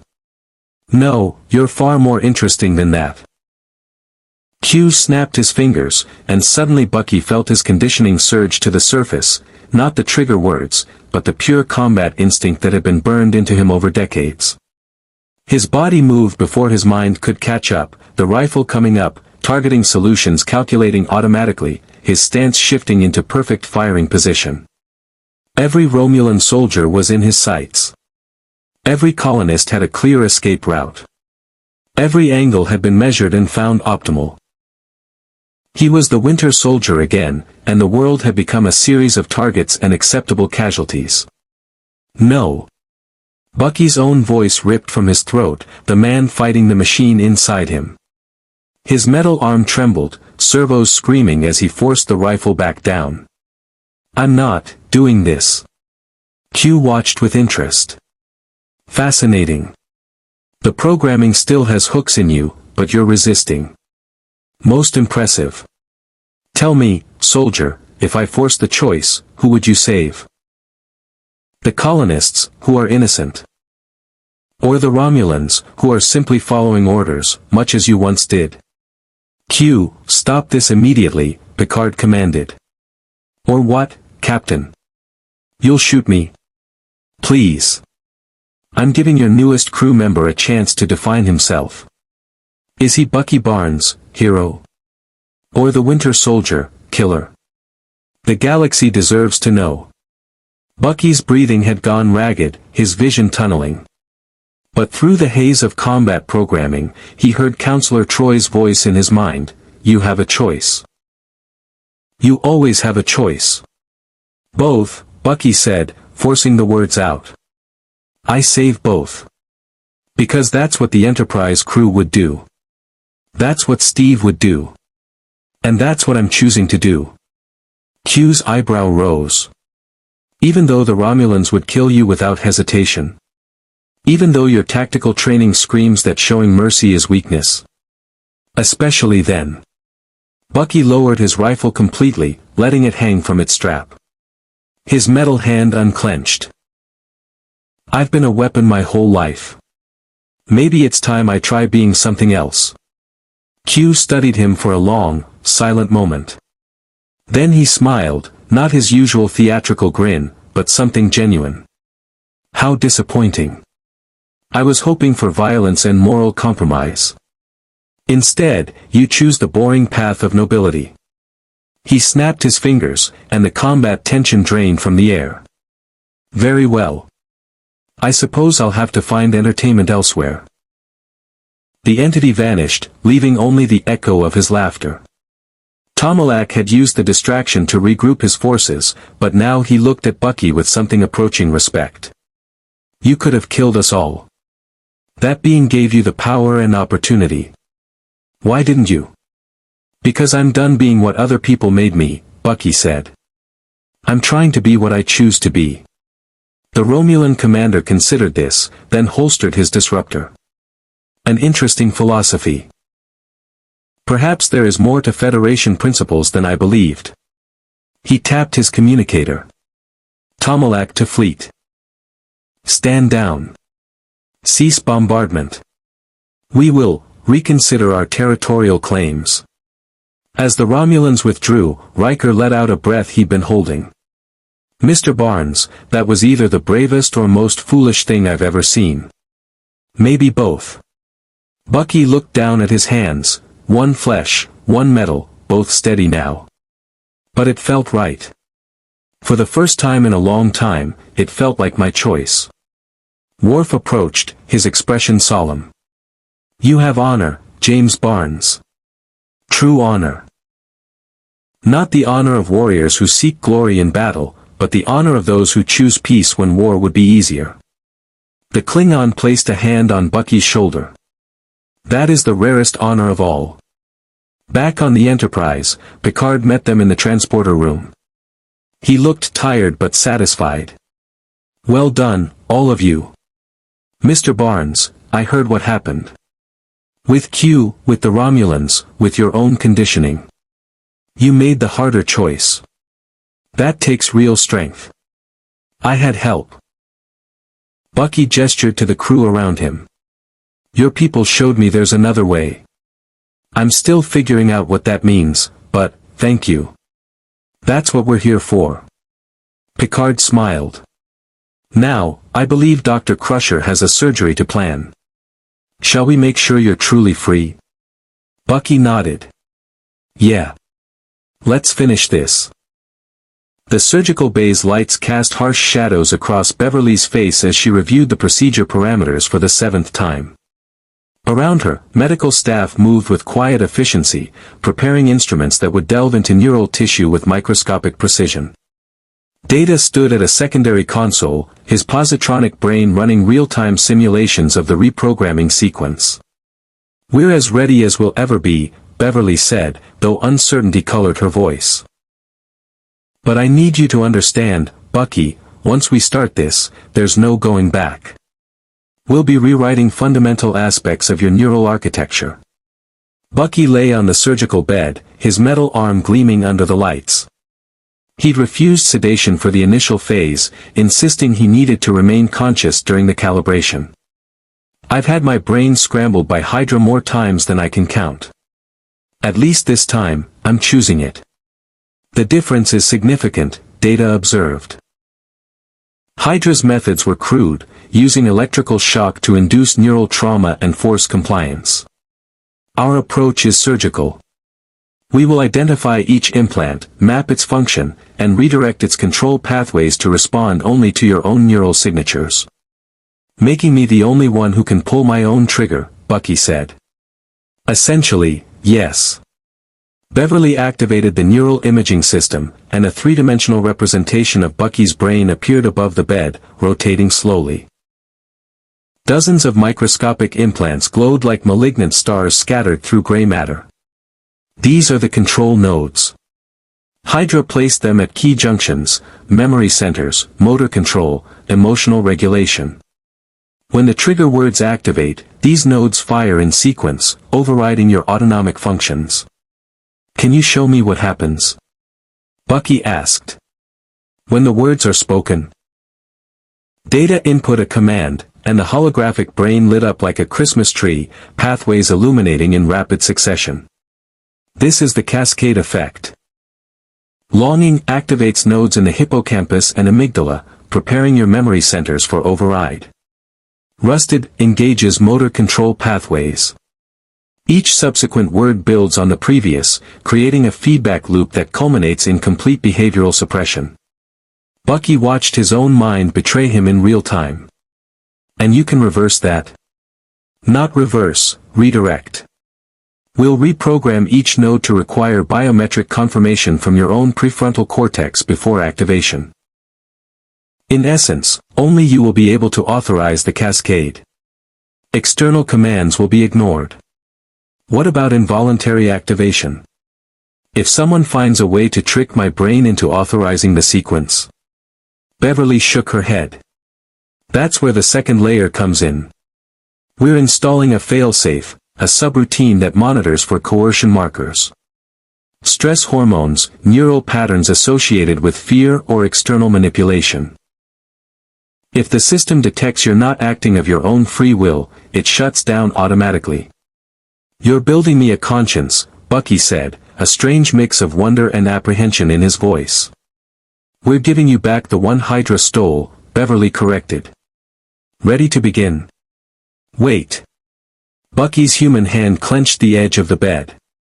If something goes wrong, if I don't wake up, or if I wake up and I'm not me anymore, I need you to promise something. Bucky. Promise me you won't let Section 31 get their hands on whatever's left. Destroy the implants, burn the research, whatever it takes. I've been a weapon long enough. I won't be one again, even in death. Picard's voice came through the comm from where he monitored in the observation room. You have my word, Mr. Barnes.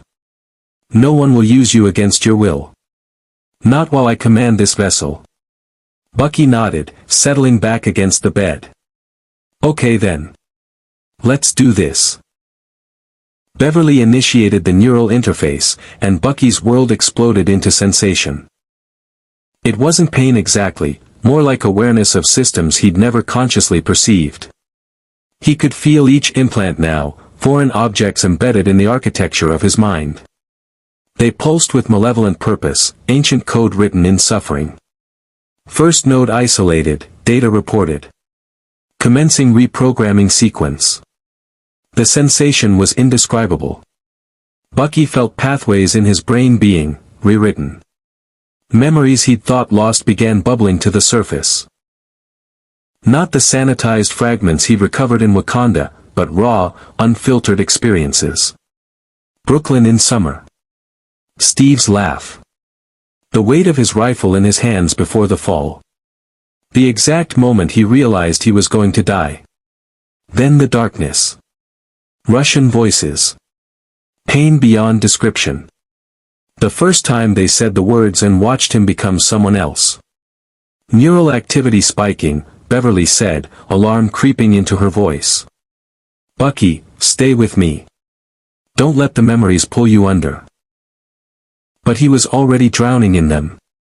Mission after mission, kill after kill, 70 years compressed into moments. He saw faces, some he recognized from HYDRA's files, others completely unknown. How many? How many lives had he taken? His vitals are destabilizing, one of the medical technicians called out. Heart rate 180 and climbing. Mr. Barnes, Data's calm voice cut through the chaos. You are experiencing a neurological cascade as suppressed memories resurface. This is normal. Breathe. Focus on something stable. Bucky grasped for anything solid in the storm of memory. Steve. Steve's face when they'd found each other again. Sam's steady presence. Shuri's infectious genius. The Enterprise crew's stubborn refusal to give up on him. Stabilizing, Beverly said, relief evident. Second node isolated. Continuing. The procedure continued for hours. Each implant required individual attention, careful reprogramming, and constant monitoring to ensure Bucky's consciousness remained intact. The surgical team worked in shifts, but Beverly never left his side. Somewhere around the 4th hour, Bucky started laughing. "Mr. Barnes?" Data leaned closer, concerned. "Are you experiencing neural distress?" "No, I just remembered something." Bucky's eyes were wet. "Steve and we went to the World's Fair in 1943. Howard Stark was there, demonstrating his flying car that didn't actually fly. Steve was so impressed by the showmanship, and I kept telling him it was all smoke and mirrors. He said I had no imagination. I told him I had plenty of imagination, I just also had common sense." Beverly smiled despite the tension. "Sounds like you and your friend had a good relationship." "The best. He never gave up on me. Even when I gave up on myself." Bucky's voice grew softer. "I wonder what he'd think of all this. His buddy getting brain surgery on a starship 400 years in the future." "I suspect he would approve," Picard said through the comm. "From what you've told us, Captain America believed in fighting for freedom. What we're doing here is the ultimate expression of that, fighting for your freedom to be yourself." The hours blurred together. Node by node, implant by implant, they rewrote the Winter Soldier's programming. With each successful modification, Bucky felt the weight lifting. The constant vigilance, the expectation that someone would say the words and he'd disappear again, it began to fade. Final node isolated, Data announced as the 6th hour approached. "This is the master control, the one that integrates all other systems. Reprogramming this will complete the procedure." "Will it hurt?" Bucky asked, his voice hoarse from hours of neural strain. "Unknown. This node connects directly to your consciousness. You may experience disorientation as the new pathways establish themselves." "I've been disoriented for 80 years. Hit me." Data initiated the final sequence, and Bucky's entire sense of self fractured. He was simultaneously the boy from Brooklyn, the soldier from the 107th, the Howling Commando, the Winter Soldier, and the man trying desperately to integrate all those identities into something coherent. Each version of himself screamed for dominance, fighting for control of a mind that had been battlefield and weapon both. Neural activity critical. Beverly's hands flew across her console. "We're losing him." "No," Bucky gasped, his metal hand gripping the bed frame hard enough to dent the metal. "Not losing. Choosing." And in that moment of crisis, he understood. HYDRA had never stolen his identity, they'd fractured it, hidden pieces of Bucky Barnes behind walls of pain and conditioning. Every time they'd wiped his memory, they'd created another layer, another fragment. The Winter Soldier wasn't a separate entity. It was just Bucky Barnes, stripped of choice and compassion. He reached deep into his own mind, past the programming, past the trauma, down to the fundamental core of who he was. And he chose. The neural cascade reversed. Fragments began integrating, memories finding their proper places. The Winter Soldier's tactical brilliance merged with Bucky Barnes' conscience. The trauma remained, he would never be free of that, but it no longer controlled him. Neural activity stabilizing, Data reported, wonder in his usually composed voice. "Captain, I am witnessing something extraordinary. He is not simply accepting the reprogramming, he is actively participating in it. His consciousness is reorganizing itself." Bucky opened his eyes, and they were clear. Focused. His. "How do you feel?" Beverly asked, medical tricorder already scanning for damage. "Like myself. For the first time in a century, I feel like myself."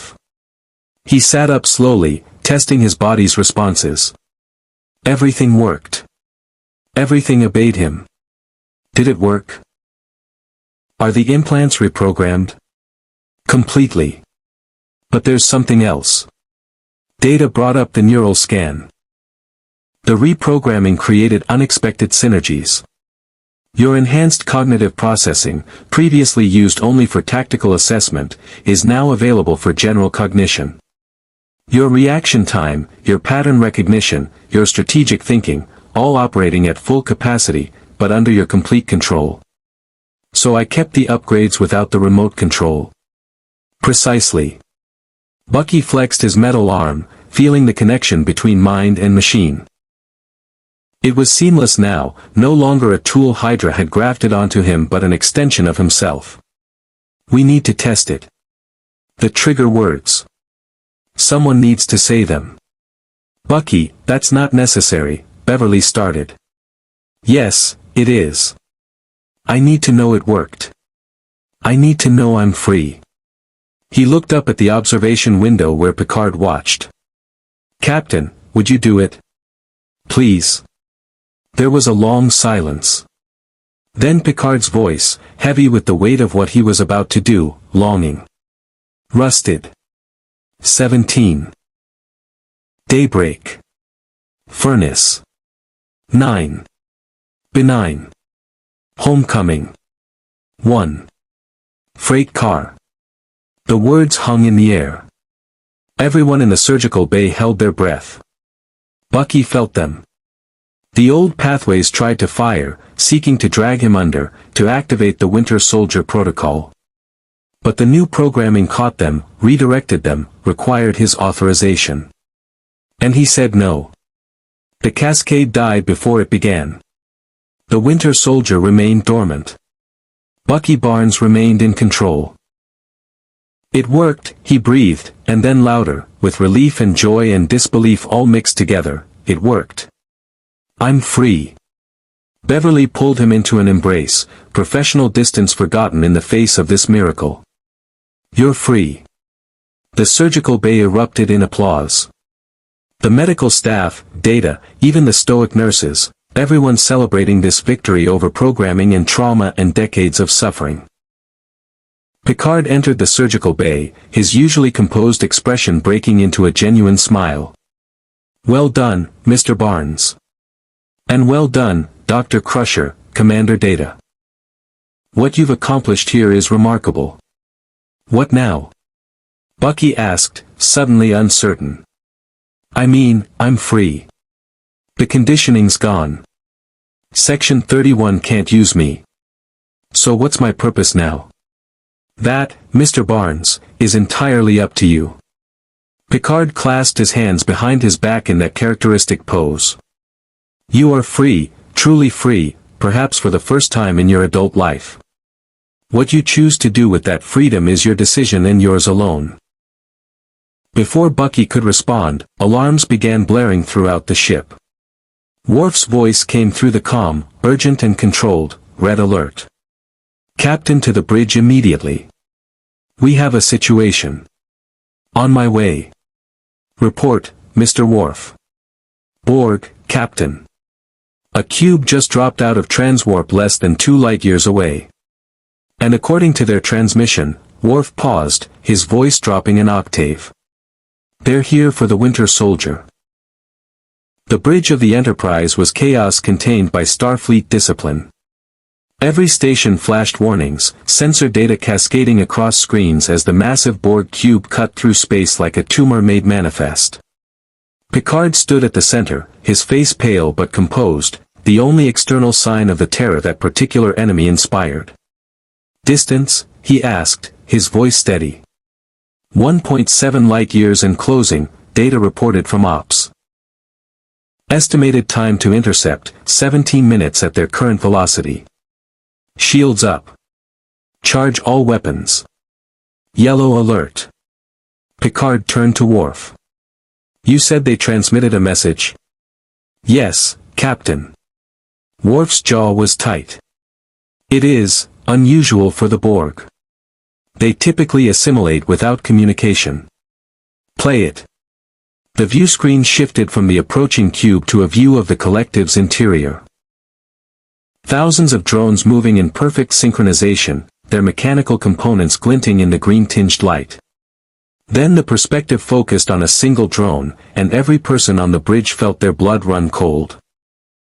The Borg Queen stood before them, her pale face a mockery of humanity, her cybernetic enhancements both beautiful and horrifying. When she spoke, her voice carried the weight of trillions of assimilated minds. Captain Picard. How nostalgic to speak with you again. We have detected an anomaly aboard your vessel. A biological entity enhanced with technology we do not possess. Cybernetic integration we have not encountered. Conditioning that suggests a methodology similar to our own, yet distinctly individual. Picard's hands gripped the command chair. The individual you refer to is under my protection. Protection?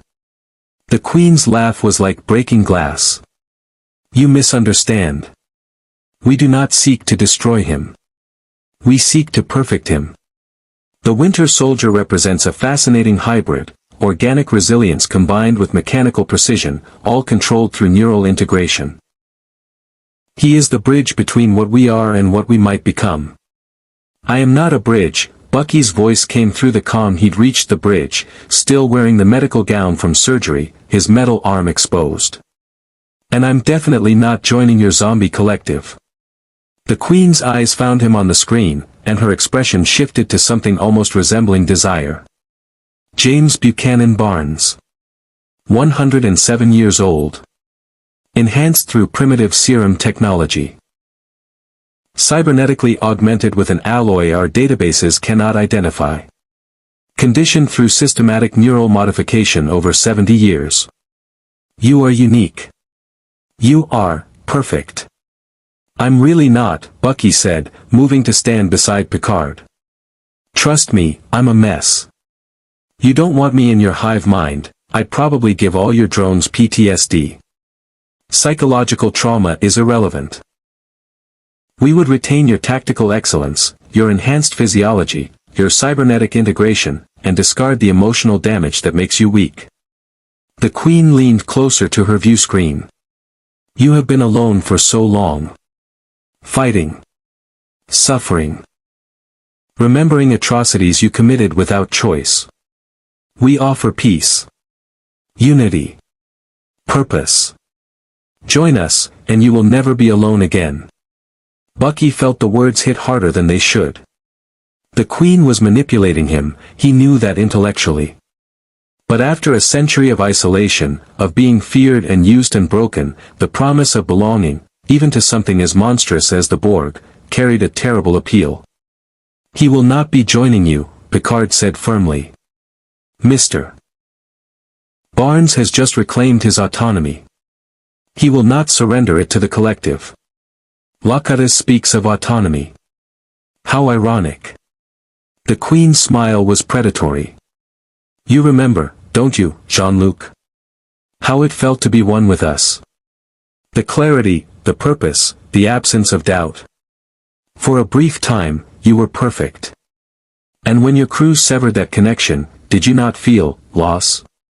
Picard's jaw tightened, but he didn't respond. I thought so. The Queen's attention returned to Bucky. He understands what we offer, even if he will not admit it. And you, Winter Soldier, you understand better than most. You have been controlled before. Reprogrammed. Used as a weapon against your will. The only difference between HYDRA and the collective is that we are honest about what we are. The difference, Bucky said quietly, is that I'm choosing to say no. Choice is an illusion created by limited processing power. We will be therein. She consulted data only she could see. 14 minutes. Prepare to be assimilated. Resistance is futile. The transmission ended. Battle stations, Picard ordered, his voice carrying the weight of experience with this particular nightmare. All hands, this is the captain. We are facing a Borg cube. You know the protocols. You know the stakes. We will protect our crew, our ship, and our guest. Stand ready. Riker moved to Picard's side, his voice low. Captain, we can't fight a cube. Even with full armament, we'd last maybe 10 minutes before our shields failed. I'm aware, number one. But we're not going to fight them. Picard looked at Bucky. We're going to outthink them. How? Bucky asked. I've fought a lot of enemies, Captain, but I've never faced anything like that. An entire civilization that thinks as one. How do you beat something that learns from every engagement, adapts to every weapon? You don't beat the collective, Picard said. You beat the Queen. She's their focal point, their organizing intelligence. Remove her, and the cube loses coordination. Data turned from his console. Captain, we are receiving a priority transmission from Starfleet Command. It is. Section 31. On screen. Commander Harris appeared, his expression grim. Captain Picard, we've been monitoring the Borg transmission. This changes things. Mr. Harris, if you're about to suggest we hand over Mr. Barnes. On the contrary. We're suggesting you let him go voluntarily. The Borg want him specifically. If they don't get him, they'll assimilate your entire ship, then move on to the nearest populated system. 17 billion people on Vega Colony would be the first targets. How many lives is one augmented soldier worth? Bucky's metal hand clenched. He's not wrong. Yes, he is, Picard said flatly. We do not sacrifice individuals to save the many. That logic leads to atrocities. It leads to survival, Harris countered. Mr. Barnes, you're a soldier. You understand tactical necessities. You've made hard choices before. Make one now. Save billions by surrendering yourself. No, the word came from Counselor Troi, who'd entered the bridge during the conversation. Captain, I need to speak with you. Privately. Picard nodded to Riker, who assumed command while the captain and counselor moved to his ready room. Bucky watched them go, feeling the weight of billions of lives pressing down on him. He's considering it, Worf observed quietly, his tactical experience reading Bucky's body language. He believes surrender is honorable.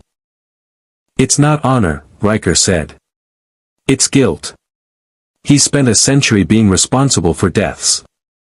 Now someone's offering him a chance to save lives by repeating the pattern. We can't let him do it. Why not? Bucky asked, turning to face the command crew. Harris is right. I'm one man. One very messed up man with a lifetime of bad decisions. If my death, or whatever assimilation counts as, saves even one innocent person, isn't that worth it? You believe you deserve this, Data observed, his golden eyes studying Bucky with android precision. You believe that because you have killed, you should die. That assimilation is justice. Isn't it? No, Data moved closer, his movements precise and deliberate. I have access to HYDRA's files that were released in 2014. I have reviewed your mission history. In 70 years of operation as the Winter Soldier, you killed 37 targets. 37. By comparison, the Dominion War resulted in approximately 800 million casualties. The Borg have assimilated trillions. The scale of your crimes, committed while under complete external control, is insignificant by any objective measure. Those 37 people had families. Friends. Lives. As do you. Or rather, as you could have, if you allow yourself to live. Data tilted his head. I am curious, if Captain America were in your position, would you counsel him to surrender? Bucky opened his mouth, then closed it. That's different. Steve's a hero. Is he? He was enhanced through artificial means. He participated in warfare. He killed enemy combatants. The only difference between you is that his conditioning was called patriotism, while yours was called programming. Data paused. And he had the luxury of choosing his battles. You did not. Yet somehow, you believe you are less worthy of protection. I'm a weapon. You were a weapon. Now you are a man. There is a difference. Before Bucky could respond, Picard and Troi returned. The captain's expression was thoughtful, troubled, but resolved. "Counselor Troi has reminded me of something crucial," Picard said. "The Borg Queen is not infallible. She is, despite her augmentation, still partially organic. Still capable of emotion, desire, obsession. And right now, she is obsessed with you, Mr. Barnes." "Great. I've got a homicidal cyborg with a crush. How does that help?" "Because obsession is a weakness." Picard began pacing, his tactical mind engaging. "The Queen wants you specifically. Not just your technology or your enhancements, she wants you. That suggests she sees something in you that speaks to whatever remains of her original self." Troi nodded. "When I touched your mind during our first session, I sensed the fragmentation, the identity crisis. You're still integrating different versions of yourself, soldier, assassin, victim, survivor. The Queen may recognize that struggle because she faces something similar. She's simultaneously individual and collective, organic and synthetic, leader and servant to the hive. So what, we therapy talk the Borg Queen to death?" Bucky's skepticism was evident. "No," Picard said, his eyes gleaming with the light of a strategy forming. "We use her obsession against her. Mr. Barnes, how would you feel about going undercover? Into a Borg cube?" Riker's voice rose. "Captain, that's suicide. Not if he's volunteering. Not if the Queen believes she's won." Picard turned to Data. "Commander, is it possible to create a false assimilation protocol? Something that would appear to integrate Mr. Barnes into the collective while actually maintaining his autonomy?" Data's fingers flew across his console. "Theoretically, yes. His existing neural implants, now reprogrammed, could be modified to mimic Borg integration. We would need to add temporary components, artificial cortical nodes, interlinked transceivers. The Queen would detect the biological and technological signatures she expects. But I wouldn't actually be connected to the hive mind," Bucky said, understanding dawning. "Correct. You would be a sleeper agent inside the collective itself. Once aboard the cube, you could locate the Queen's chamber and kill her," Bucky finished. "Sever the head, the body dies. It's a classic assassination mission. I've run hundreds of them. This one would be different," Picard warned. "The Borg adapt. They learn. If you fail, if they detect the deception, you would be truly assimilated. There would be no rescue, no recovery. You would become what the Queen wants you to be." Bucky looked down at his metal arm, flexing the fingers that had been a gift from Wakandan princess, stolen from HYDRA's control, and now belonged solely to him. "I just got free. Really, truly free. And you're asking me to walk back into a cage?" "I'm asking you to make a choice," Picard said quietly. "Not because you feel guilty. Not because you think you deserve punishment. But because you're the only person who could possibly succeed at this mission. The only one with the skills, the enhancements, and the experience of being controlled to infiltrate the collective without being detected. And if I say no, then we run. We try to outmaneuver the cube, call for reinforcements, and pray we survive long enough for help to arrive. No one aboard this vessel will judge you for refusing. You owe us nothing." Bucky walked to the viewscreen, staring out at the stars streaking past. Somewhere out there, a cube full of assimilated souls was racing toward them. And at its heart, a Queen who'd looked at him and seen something she wanted to possess. He thought about Steve, who'd spent years searching for him even after everyone else believed he was dead. About Sam, who'd fought beside him without hesitation. About Shuri, who'd given him a new arm and called him friend. About the Enterprise crew, who'd seen his worst and still insisted he was worth saving. "How long to prepare?" he asked. 3 hours, Beverly said, entering the bridge with a medical kit. "I'd need to implant the temporary components, and we'd have to work fast." The procedure would be painful without proper sedation, and we can't sedate you if you're going to need full combat capability. I've had worse. Bucky turned back to Picard. I'll do it. But on one condition. Name it. If I fail, if they assimilate me for real, you blow me out of space along with the cube. Don't let me become a weapon again. Don't let them use what I know, what I can do, to hurt anyone else. Picard met his eyes, and something unspoken passed between them, two men who'd both been controlled by forces beyond themselves, both surviving, both still fighting. You have my word. Then let's go make me into a fake Borg. Bucky's smile was grim. What's the worst that could happen? The transformation was excruciating. Beverly worked with practiced precision, but there was no way to make the process comfortable.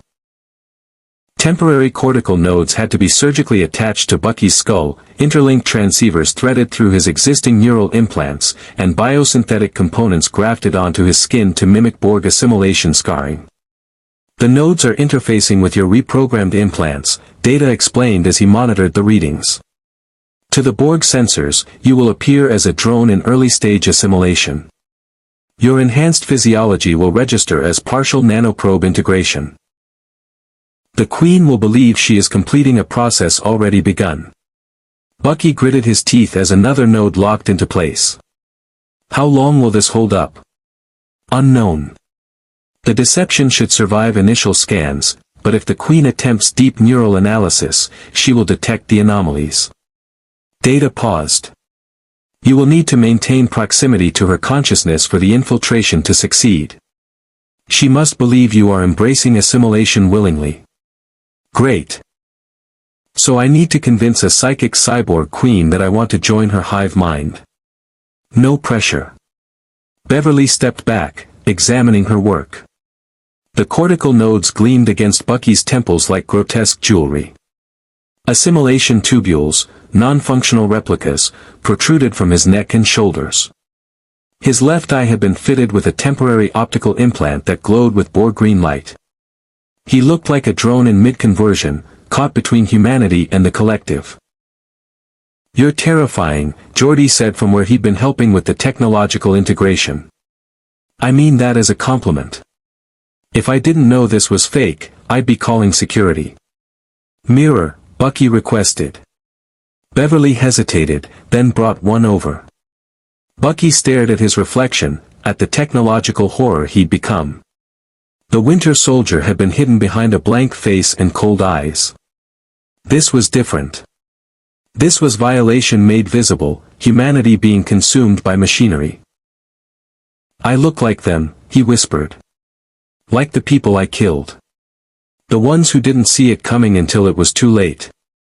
You look like a survivor, Picard said, entering the medical bay in full dress uniform. Someone who's willing to walk into hell to protect others. That takes courage the Borg can't assimilate. Or stupidity. Sometimes the line is thin. Picard moved closer, studying the modifications with clinical detachment. The cube will arrive in 47 minutes.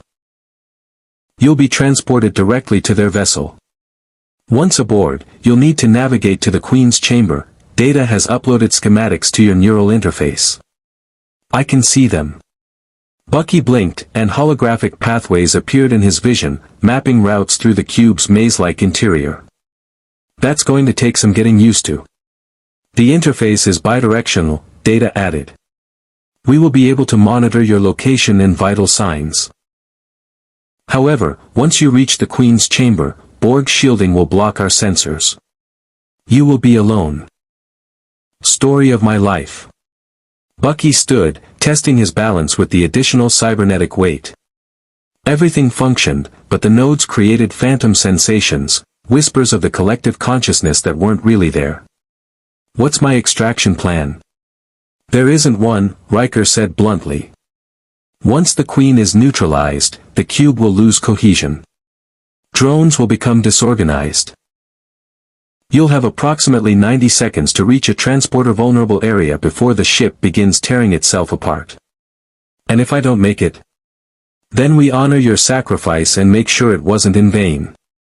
Picard's voice was steady, but his eyes betrayed the weight of sending someone into near-certain death. "Mr. Barnes, you can still refuse. No one will think less of you." Bucky looked around the medical bay at the faces watching him. Beverly's medical concern, Data's scientific fascination, Geordi's engineering respect, Riker's tactical assessment, Picard's moral conflict. These people had spent days helping him reclaim his humanity. Now they were asking him to risk it again. "I spent 70 years killing for HYDRA," Bucky said. "Maybe it's time I did something that actually mattered. Let's go save the galaxy." The bridge was silent as the Borg cube filled the viewscreen, blotting out the stars like a geometric nightmare. It was impossibly massive, each side measuring over 3 kilometers, its surface a maze of corridors and alcoves where thousands of drones waited in perfect stillness. "They're hailing us," Worf reported. On screen. The Queen appeared, and her gaze went immediately to Bucky. Something like satisfaction flickered across her pale features. "Captain Picard. You have prepared our new acquisition for integration." "How, cooperative?" "Mr. Barnes has made his choice," Picard said carefully. "He will join the collective voluntarily.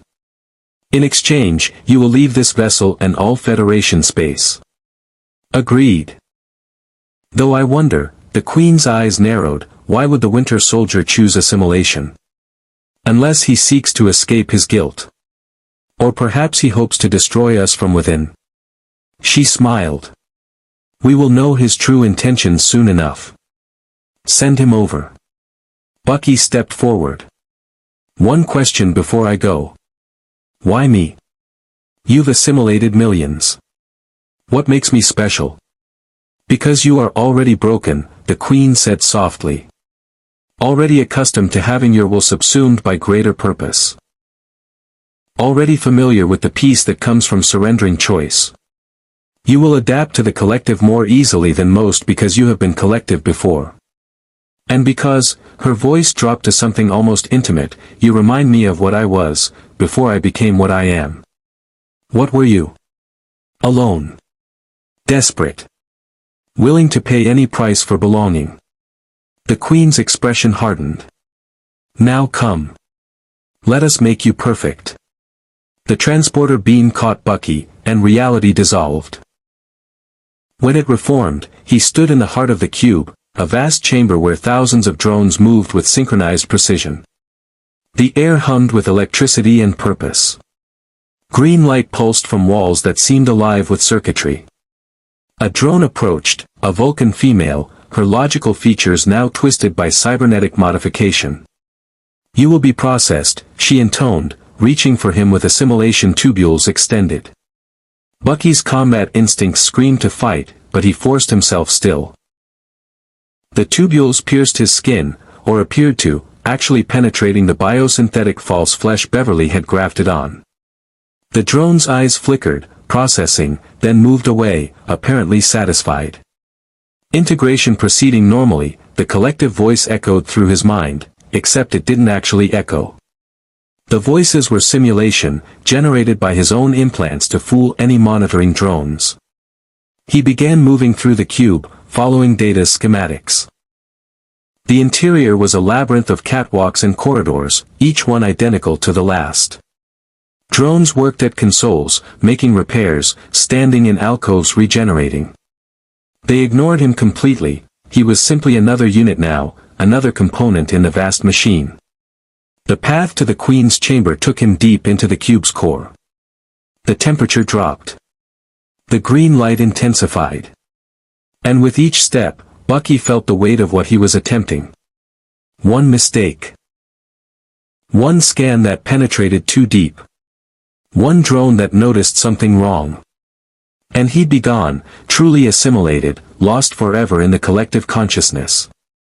A voice crackled in his ear, barely audible, masked as neural static. "Mr. Barnes, your vitals are elevated.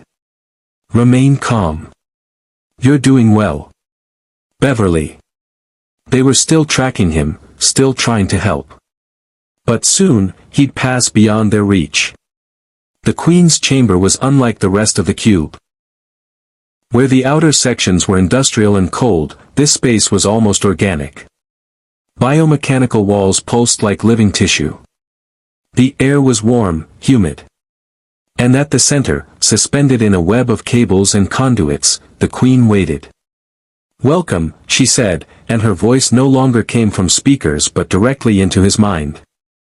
"I have been waiting for you, James Buchanan Barnes." Bucky stepped forward, keeping his expression neutral. "I'm here. Make me perfect." The Queen descended from her web, moving with unnatural grace.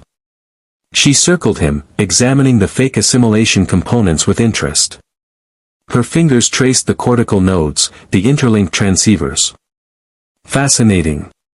Your conditioning, the neural modifications HYDRA made, they interface seamlessly with our technology. As if you were designed to join us."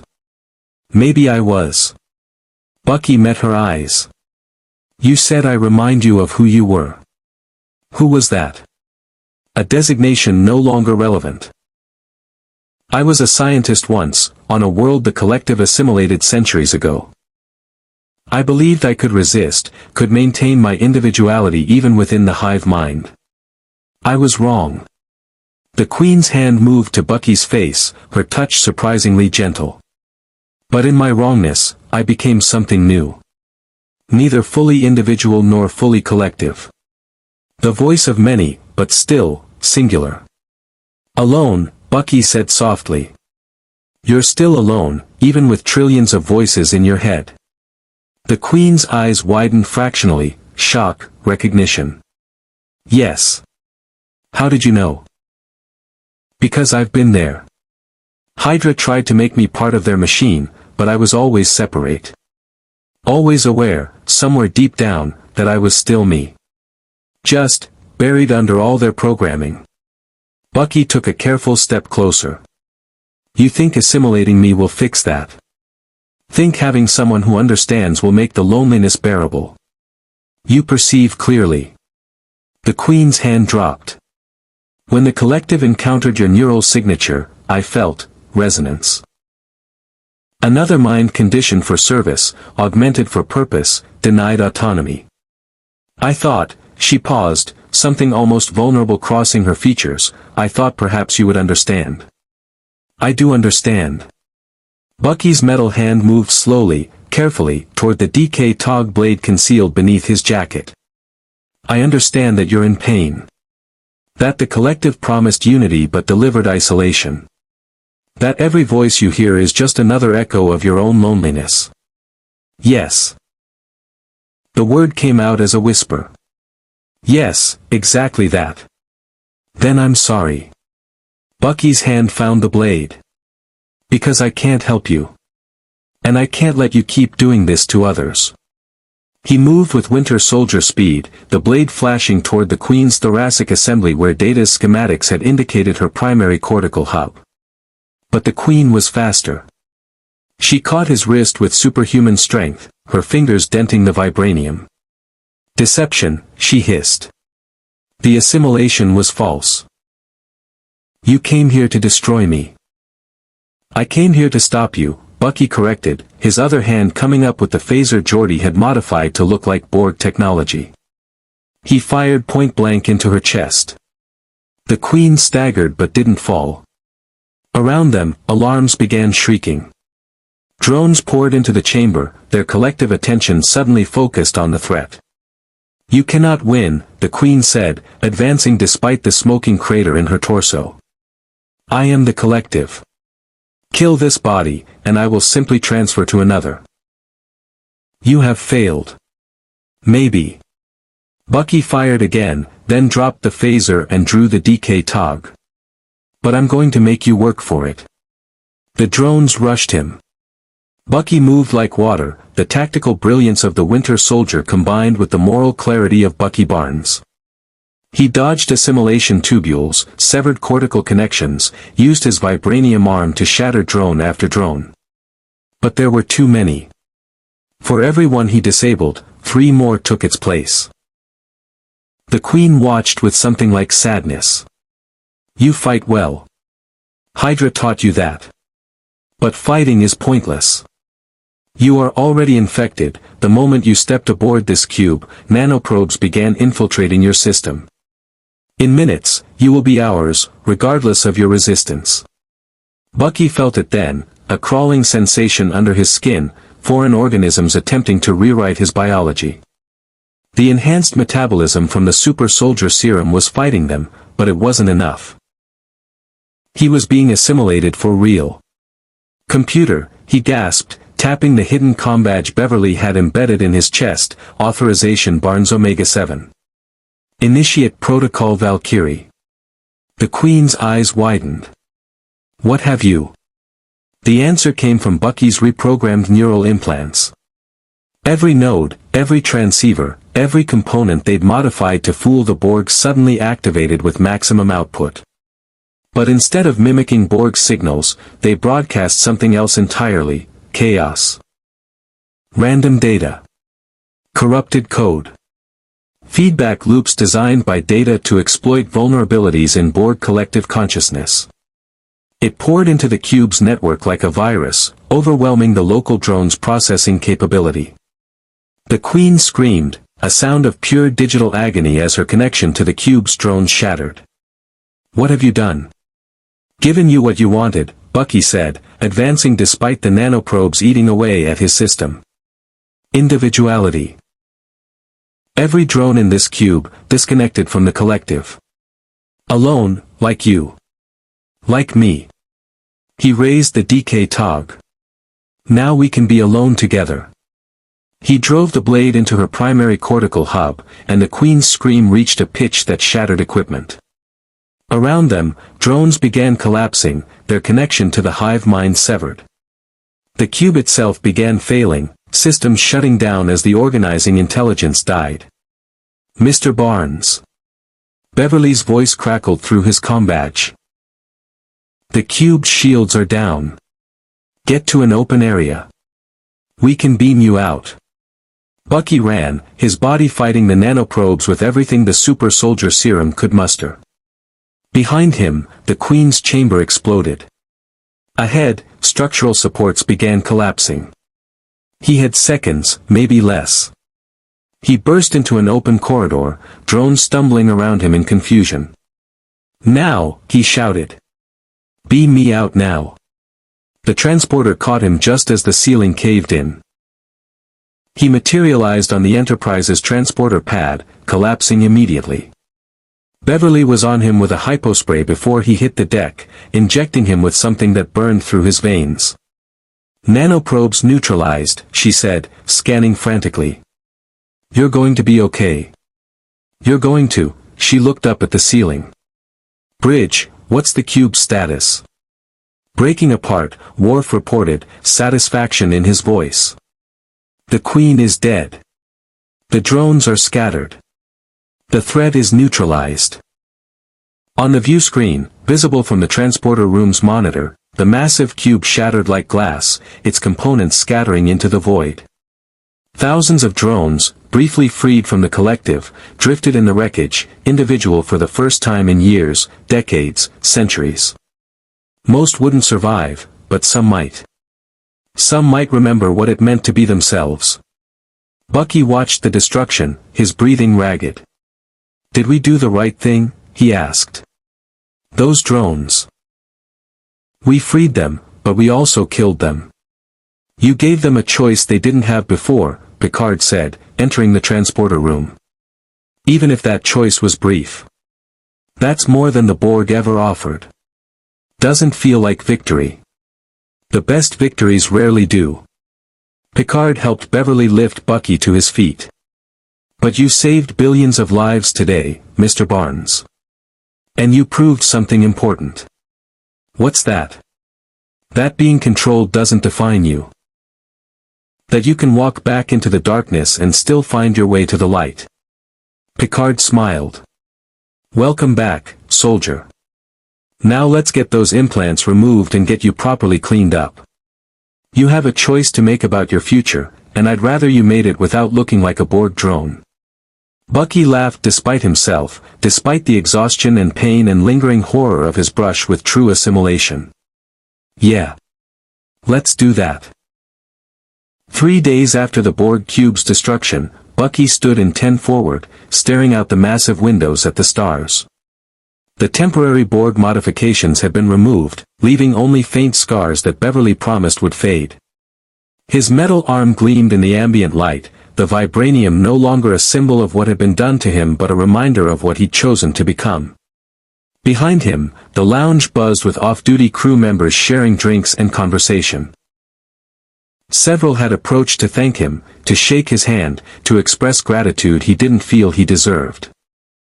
He deflected them all with practiced politeness, preferring the solitude of the viewport. Brooding doesn't suit you. Bucky turned to find Guinan behind the bar, her ageless face serene. The Elorian had watched him for the past hour without comment, but apparently his solitude had reached its limit. I'm not brooding. I'm thinking. Same thing, for soldiers like you. She poured 2 glasses of something amber and gestured to the bar stool. Sit. Talk. Or don't talk. But stop pretending you're comfortable alone when you're clearly not. Bucky hesitated, then complied. The drink was smooth, warming, nothing like the rotgut he'd known in 1940s Brooklyn. What is this? Saurian brandy. Aged 200 years. Seemed appropriate for someone who's lived through more than 1 century. Guinan sipped her own glass. You're wondering what comes next. That obvious? You've spent 3 days training with Worf, helping Geordi with engineering problems, attending counseling sessions with Deanna, and avoiding any conversation about your future. So yes, obvious. Guinan's eyes, ancient and knowing, studied him. You're afraid to want anything. Afraid that if you choose a path, someone will use it against you. HYDRA had a way of turning everything I cared about into a weapon. HYDRA's gone. And you're here, 400 years past their reach, in a universe where you're not their asset anymore. So what do you want, Bucky Barnes? Not what you think you should want.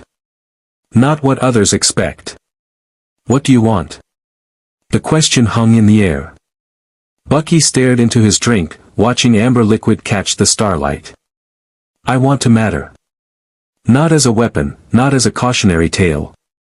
I want to look back at my life and see something other than bodies and mission reports. Then matter.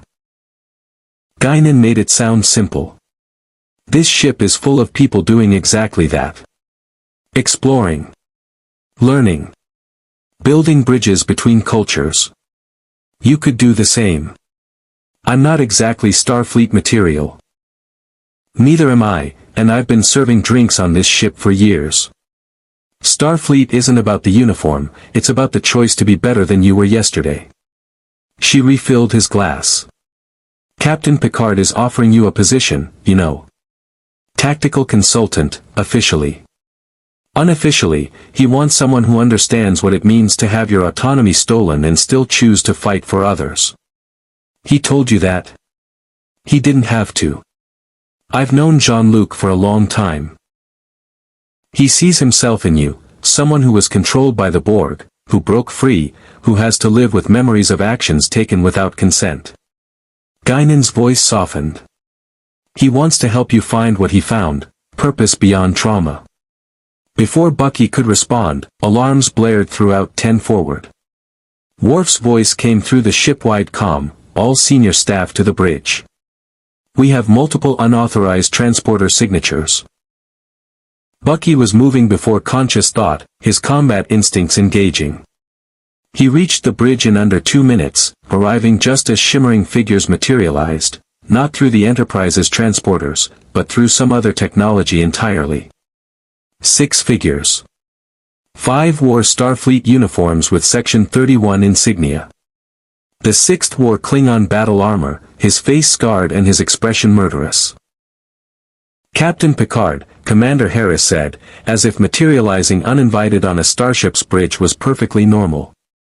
We need to discuss Mr. Barnes.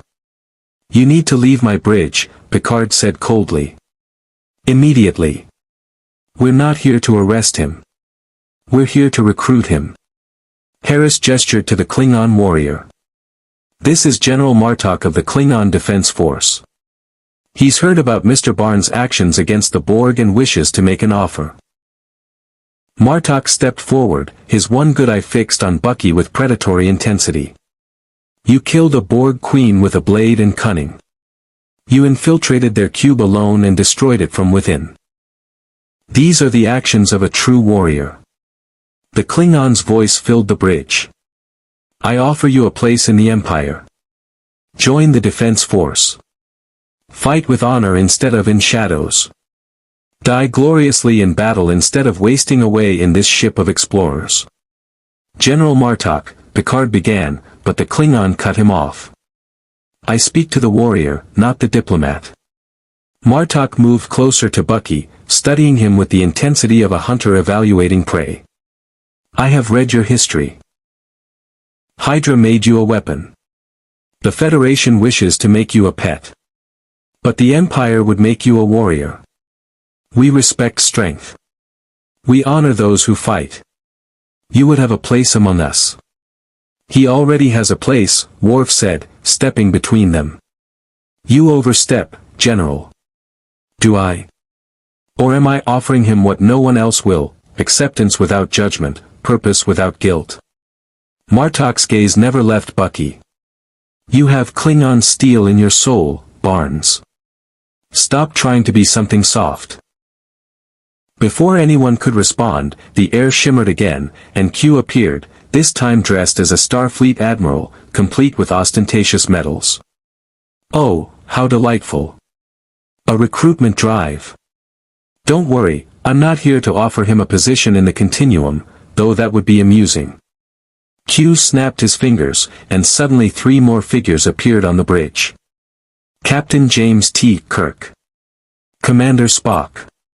Dr. Leonard McCoy. Except they weren't real.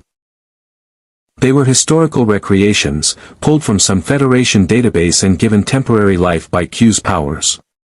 They looked around the bridge with confusion that dissolved into tactical assessment. What is the meaning of this? The recreation of Kirk demanded. I'm demonstrating a point, Q said cheerfully. These are the heroes of your past, Picard. The originals who set the standard for Starfleet excellence. Tell me, Mr. Barnes, if you could meet them, what would you ask? Would you seek their approval? Their guidance? Or would you finally accept that you're writing your own story now? Q, end this farce, Picard ordered. Farce? I'm being educational. Look at them, Kirk, who violated the Prime Directive more times than anyone can count. Spock, who struggled his entire life to integrate 2 conflicting halves of himself. McCoy, who questioned every decision but followed anyway. They were flawed, all of them. And yet, they're remembered as heroes. Q turned to Bucky. Sound familiar? The recreation of Spock studied Bucky with Vulcan precision.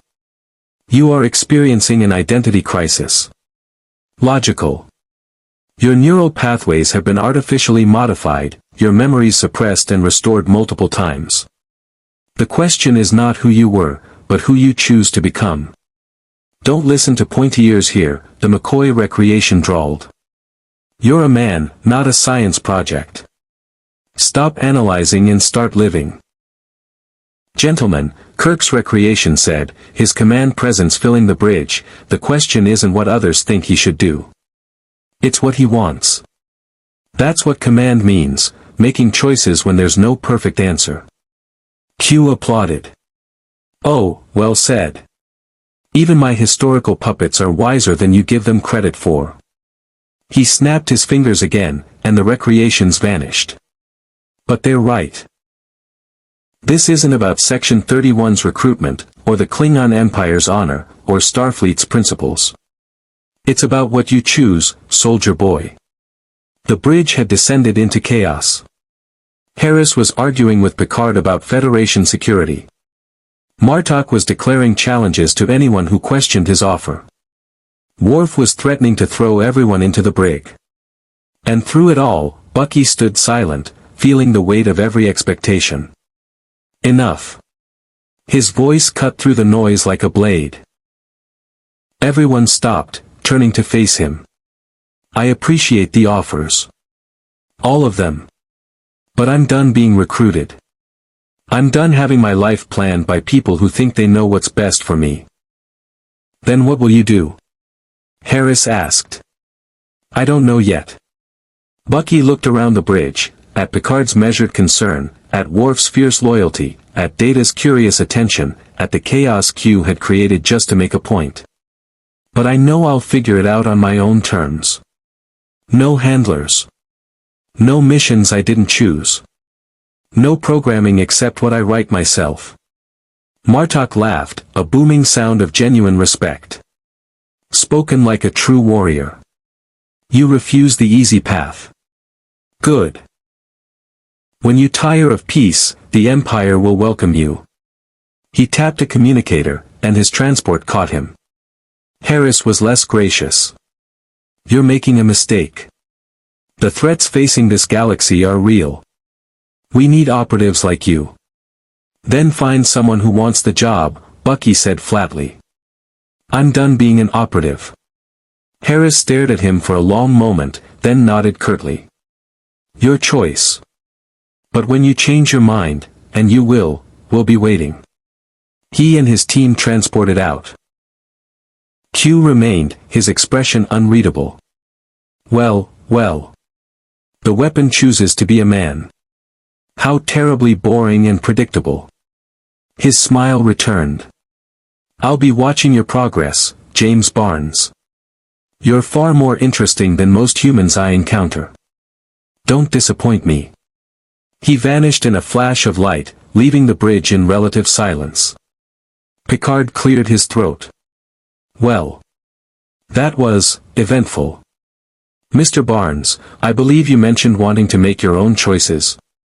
Yes, sir. Then I have a proposal. Not recruitment, an offer, which you're free to refuse. The Enterprise has been assigned to investigate a series of spatial anomalies near the Briar Patch. Nothing dangerous, mostly scientific curiosity. But we could use someone with tactical experience, just in case. Would you be interested in coming along? As a consultant, not a permanent member of the crew. Bucky considered. Not Starfleet. Not Section 31. Not the Klingon Empire. Just, helping. Learning. Choosing. What would that involve? Whatever you wanted to. Training with Worf. Assisting Geordi with security systems. Continuing your counseling sessions with Deanna. Exploring what it means to live without programming. Picard's expression softened. You saved this ship, Mr. Barnes. You saved billions of lives. Take some time to figure out what saving yourself looks like. I'm still figuring out what that means. Most of us are.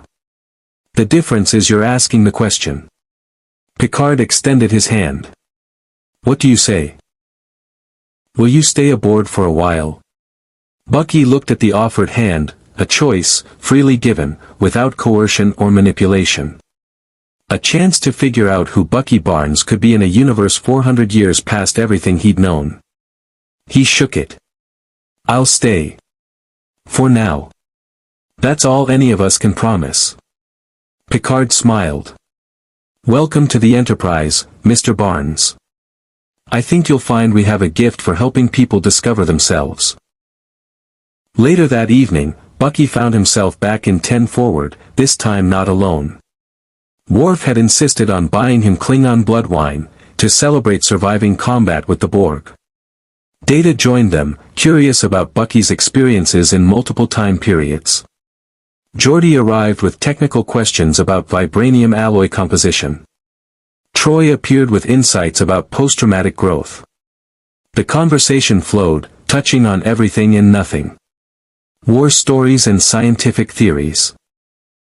Brooklyn in the 1930s and the Federation in the 2360s. What it meant to be human when your humanity had been systematically stripped away. You know, Bucky said at one point, his third glass of something potent warming his chest, "In my time, we would have called you all crazy. Drinking with a Klingon, talking philosophy with an android, joking about mind-reading with a counselor. It's absurd." "That's the Federation for you," Geordi said with a grin. "We specialize in absurd." "I think I like it." "Good," Worf rumbled. "Because you are not leaving until you have learned proper batleth technique. Your knife work is adequate, but you need a warrior's weapon." "I already have a warrior's weapon." Bucky raised his metal arm. "Then you need 2 warrior's weapons." The group laughed, the sound warm and genuine. And for the first time in longer than he could remember, Bucky Barnes felt something other than guilt or fear or the weight of missions incomplete. He felt at peace. Not the false peace of cryogenic sleep. Not the hollow peace of completing an assassination. But real peace. The kind that came from choosing your own path, surrounded by people who saw you as more than the sum of your traumas. Across the lounge, Guinan caught his eye and raised her glass in silent salute. Bucky returned the gesture, a small smile crossing his face. The Winter Soldier was gone. HYDRA's weapon had been destroyed. The Borg had failed to assimilate him. And James Buchanan Barnes was finally, truly free. The stars beckoned beyond 10 forwards windows. Infinite possibilities, unexplored worlds, futures unwritten. He'd spent a century being told where to go, what to do, who to kill. Now, for the first time, the choice was his. And he chose to stay. The Enterprise had been investigating the spatial anomalies for 2 weeks when everything went wrong. What had started as routine scientific observation turned critical when sensors detected a massive subspace rift opening near the Briar Patch, and something was coming through. "Red alert," Picard commanded, rising from his chair. "Mr. Data, what am I looking at?" "Unknown, Captain. The rift is expanding at an exponential rate. Energy readings are consistent with transdimensional breach, but the signature is unlike anything in our database." Data's fingers flew across his console. "Captain, I am detecting multiple vessels emerging from the rift. They are, not Borg. Not Romulan. Not any known configuration." On the view screen, ships began pouring through, sleek, angular vessels with technology that made Federation sensors scream warnings. Their hull plating seemed to shift and adapt, their weapon systems charged with energy that shouldn't exist in normal space. "They're scanning us," Worf reported. "Captain, their weapons are powering up. Hail them." No response. Then one of the ships fired. The Enterprise rocked as unknown energy slammed into their shields, draining them by 30% in a single strike. Return fire. Evasive maneuvers. Picard gripped his chair as the ship banked hard. "Get me Starfleet Command. We need reinforcements. Communications are jammed," Data reported. "The dimensional breach is creating subspace interference. We are alone." Bucky arrived on the bridge at a dead run, having been in the gym with Worf when the alert sounded. "What's the situation?" "Hostile vessels, unknown origin, superior firepower," Riker summarized. "We're outgunned and isolated." Bucky moved to the tactical station, his enhanced mind already processing the engagement patterns displayed on Worf's screens. "They're not trying to destroy us. Look at their targeting, they're disabling our systems methodically. Shields, weapons, propulsion. They want us intact." "Why?" Picard demanded. "Because they're not here by accident." Bucky pointed to the largest vessel emerging from the rift. "That ship, it's broadcasting a signal. Not to us. Through us, into subspace. They're trying to make contact with something." Data's console lit up with translations. "Mr. Barnes is correct. I am detecting a repeating message, Asset Winter. Status query. Respond for retrieval. Captain, they are searching for him." Every eye on the bridge turned to Bucky. His metal hand clenched, and his face went pale. No. That's not possible. HYDRA is gone. The program was destroyed. Perhaps not in all dimensions, Data said quietly. These vessels emerged from a transdimensional rift. If Mr. Barnes was pulled from his reality into ours, it is logical that his absence would be noticed. These ships may represent HYDRA, or a HYDRA equivalent, from his original universe, attempting recovery of their asset. Another hit rocked the Enterprise. Shields dropped to 40%. Captain, I recommend we surrender Mr. Barnes, came Commander Harris's voice through an unauthorized comm channel. Section 31 was monitoring, as always. These vessels are beyond our capacity to defeat. If we don't comply, they'll destroy the Enterprise and move on to populated systems. Not an option, Picard said firmly.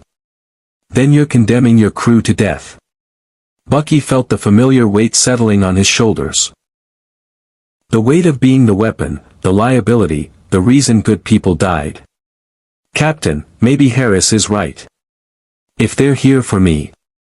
They will not have you, Picard interrupted, his voice steel. We do not surrender members of this crew to hostile forces. Period. I'm not crew. I'm just.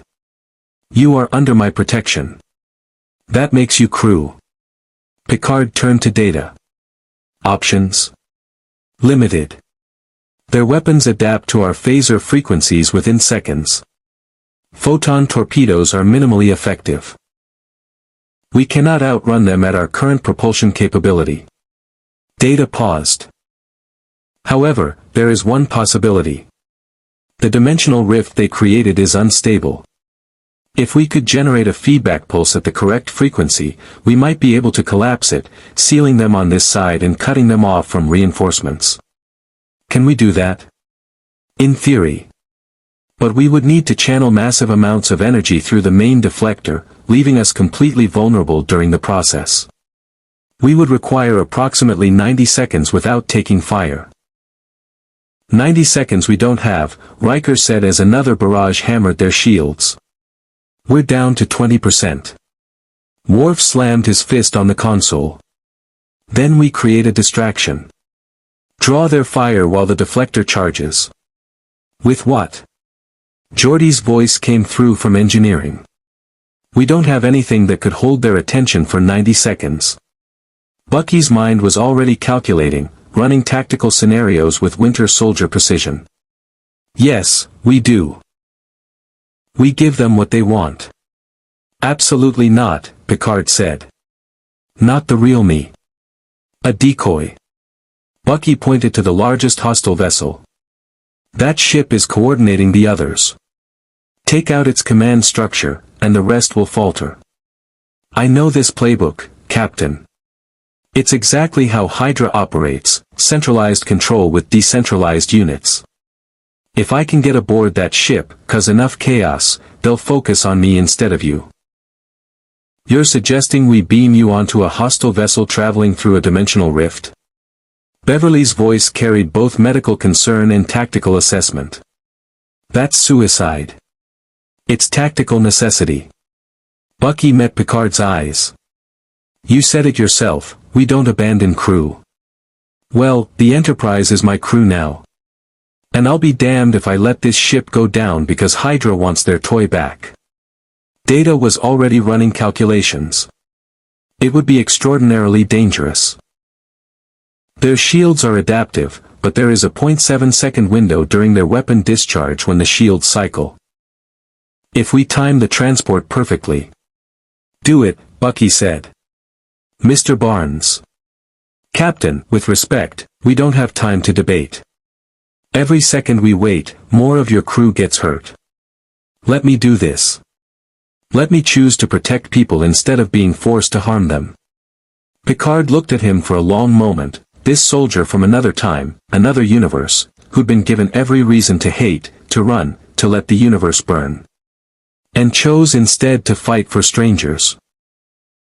Make it fast, Picard said quietly. And come back alive. That's an order. Bucky's lips quirked. Yes, sir. 5 minutes later, Bucky stood in the transporter room, armed with a phaser rifle, a bat'leth Worf had insisted he take, and his vibranium arm. The fake Borg implants had been hastily reattached, not functional, but enough to hopefully confuse sensors and by precious seconds. The transport window is narrow, Data explained. You will materialize in their cargo bay. From there, you must reach their bridge, approximately 200 meters through hostile territory. I've done worse.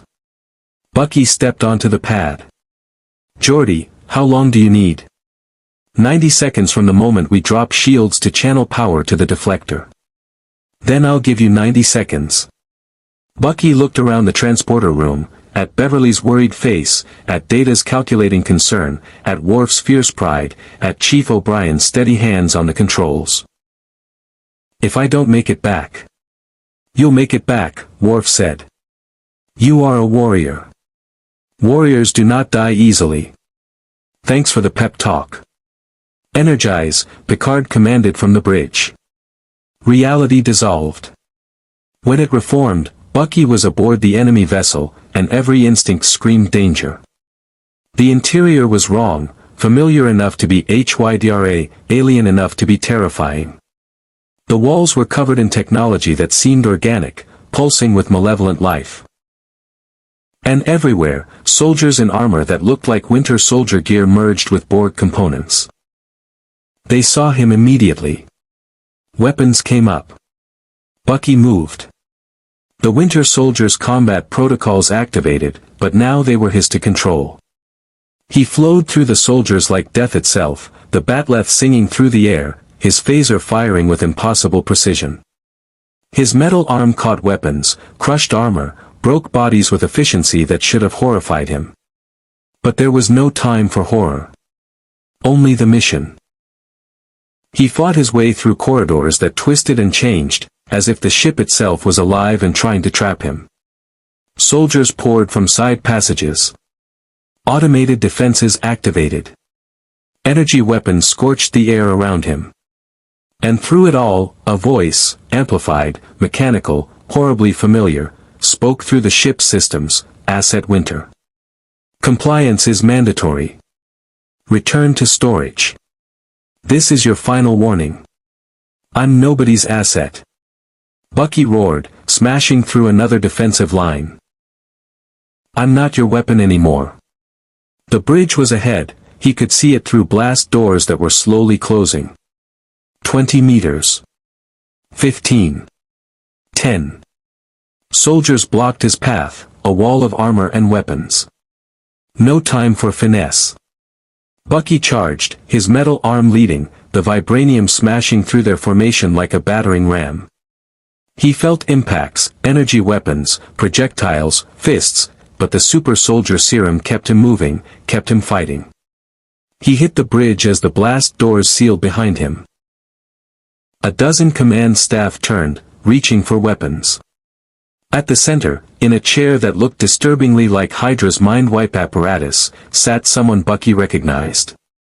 Alexander Pierce. Or a version of him.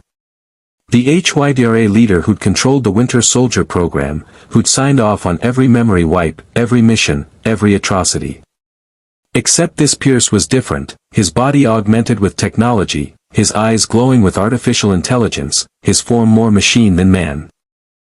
Ah, the asset returns, Pierce said, his voice layered with electronic modulation. You've led us on quite the chase across dimensions. But it ends now. You will be retrieved, reprogrammed, and returned to service. I'd rather die. That can be arranged. After we extract your neural patterns, of course. The Winter Soldier program is too valuable to lose simply because you developed delusions of autonomy. Pierce gestured, and restraint fields activated around Bucky, holding him in place. You should never have been allowed to integrate your personalities. Should never have received that Wakandan arm. Should never have been exposed to Captain Rogers' sentimental nonsense about freedom and choice. Bucky struggled against the fields, but they were designed specifically to contain him. His enhanced strength was useless. The Enterprise will be destroyed momentarily, Pierce continued. Then we'll return to our dimension with you in our possession. HYDRA thanks you for your service. As always. Through his comm badge, still functioning despite everything, Bucky heard Geordi's voice, deflector charging. 70 seconds remaining. He needed to give them more time. Needed to keep Pierce talking, keep the ship's attention focused internally instead of on the Enterprise. You're not HYDRA, Bucky said, forcing his voice steady despite the pain of the restraints. Not my HYDRA. You're something else. Something that found the program and decided to make it worse. Better, Pierce corrected. Your dimension's HYDRA fell because they relied on biological assets. Messy. Inefficient. Subject to moral complications. We improved the design. Merged winter soldier conditioning with cybernetic enhancement. Created perfect soldiers who cannot doubt, cannot question, cannot fail. They also can't adapt. Can't think. Can't win against anything that doesn't fit their programming. Bucky's mind raced, searching for weakness. That's why you need me. Your upgraded assets failed, didn't they? Probably fell apart the first time they faced real opposition. So you came back for the original. The one HYDRA made when they still understood that soldiers need to think. Pierce's expression flickered, confirmation. Irrelevant. We have you now. 60 seconds, Geordi reported. The Enterprise shook with weapons fire. Shields at 10%. They wouldn't last much longer. Bucky stopped struggling against the restraints. Instead, he did something Pierce didn't expect. He accessed his own reprogrammed implants, the ones Beverly and Data had modified to give him control. And he broadcast. Every Winter Soldier trigger word, every activation sequence, every shutdown code HYDRA had ever used. All of it, transmitted through the restraint fields, through the ship's systems, directly into every cybernetic soldier Pierce commanded. The effect was instantaneous and catastrophic. Soldiers throughout the ship began seizing, their programming conflicting with Bucky's broadcast. Some collapsed. Others attacked each other. The ship's automated systems, linked to the same neural network, began failing. Pierce's eyes widened. What have you done? Given your perfect soldiers something they can't handle, choice. Even if it's just the illusion of choice, that's enough to break them. Bucky smiled grimly. HYDRA taught me that. You break programming with programming. The restraint fields flickered and died as power systems failed. Bucky lunged forward, his metal hand closing around Pierce's throat. 45 seconds. Tell your ships to stand down. Never. HYDRA doesn't. Bucky squeezed, denting the cybernetic enhancements. HYDRA fell. In my universe, in every universe that matters. Because you forgot that weapons eventually turn on their makers. Stand. Down. Pierce's hand scrabbled at Bucky's arm, but vibranium didn't bend. The HYDRA leader's artificial eyes flickered, calculating odds, assessing survival probability. Finally, he spoke, a command in language that was part Russian, part machine code. The hostile vessels ceased fire. Deflector at full charge, Data reported. Initiating rift collapse in 5, 4, 3. Captain, get me out of here. Bucky released Pierce, sprinting for the bridge's forward viewport. Now. The transporter caught him just as Data fired the deflector pulse. Through the beam's quantum dissolution, Bucky saw the dimensional rift collapse, saw Pierce's fleet cut off from their home universe, saw the look of absolute fury on the HYDRA leader's face. Then he was back on the Enterprise, materializing on the bridge and immediately collapsing. Beverly was on him instantly, hyposprays hissing. Status? Picard demanded. Rift collapsed, Data confirmed. The hostile vessels are now trapped in our dimension, without support or reinforcement. They are broadcasting surrender. Take them into custody. Starfleet can sort out what to do with dimensional refugees. Picard moved to where Bucky lay, Beverly working frantically. How is he? Alive. Barely. Multiple contusions, phaser burns, internal bleeding from the super soldier serum fighting off toxins. But he'll survive. Beverly looked up, her expression torn between anger and admiration. You reckless, heroic idiot. Bucky laughed weakly. Thanks, document. That means a lot. You saved the ship, Picard said quietly. Again. Just returning the favor. You guys saved me first. Bucky closed his eyes, exhaustion finally claiming him. Is it always like this? The Enterprise, I mean. Does trouble just find you, or do you go looking for it? A bit of both, Riker admitted. Good. Bucky's voice was fading as sedatives took hold. I was worried it might get boring. The bridge crew laughed, relieved, exhausted, victorious. Outside the viewscreen, the hostile fleet sat dead in space, their perfect soldiers broken by the very programming they believed would make them unstoppable. And aboard the Enterprise, in sickbay, James Buchanan Barnes slept peacefully for the first time in a century. No nightmares. No fear of activation. No weight of missions incomplete. Just sleep. And the promise of waking up free. 6 weeks had passed since the dimensional incursion. The hostile fleet had been dismantled, its crew. Those who could be rehabilitated, placed in Federation custody. Alexander Pierce, or rather his dimensional counterpart, had been transported to a maximum security facility where experts tried to understand how HYDRA had evolved across different realities. Starfleet Command had sent 3 admirals to debrief everyone involved, and Commander Harris of Section 31 had made one final recruitment pitch before disappearing back into whatever shadows his organization inhabited. Through it all, Bucky had remained aboard the Enterprise, officially as a tactical consultant, unofficially as something harder to define. Not quite crew, not quite guest.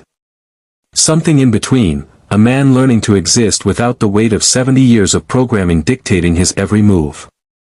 Now he stood in Holodeck 3, surrounded by a perfect recreation of Brooklyn circa 1936. The street corner where he'd grown up. The apartment building where his family had lived. The alley where he'd pulled Steve Rogers out of his 5th fight that week. Counselor Troi stood beside him, her presence gentle but attentive. How does it feel? Being home, even if it's only a simulation. Strange. Like looking at someone else's life. Bucky walked down the simulated street, his metal arm catching afternoon sunlight that didn't exist. I remember being that kid. Remember thinking the biggest problem in the world was making rent and keeping Steve alive. But I can't connect to him. It's like he's someone I read about in a history book. That's called growth. The person you were couldn't have survived what you've endured. You had to become someone else. Someone harder. Someone stronger. Troi touched his shoulder. Bucky, you've spent 6 weeks in intensive therapy, working through trauma that would have broken most people. You've integrated your fragmented identities, established autonomy over your own neural patterns, and chosen a path forward that doesn't involve simply surviving. That's not harder. That's healing. Doesn't feel healed. Feels like I'm still waiting for the other shoe to drop. For someone to say the words, flip a switch, turn me back into the Winter Soldier. That's PTSD. It may never fully go away. But you have tools now. Support systems. People who care about you.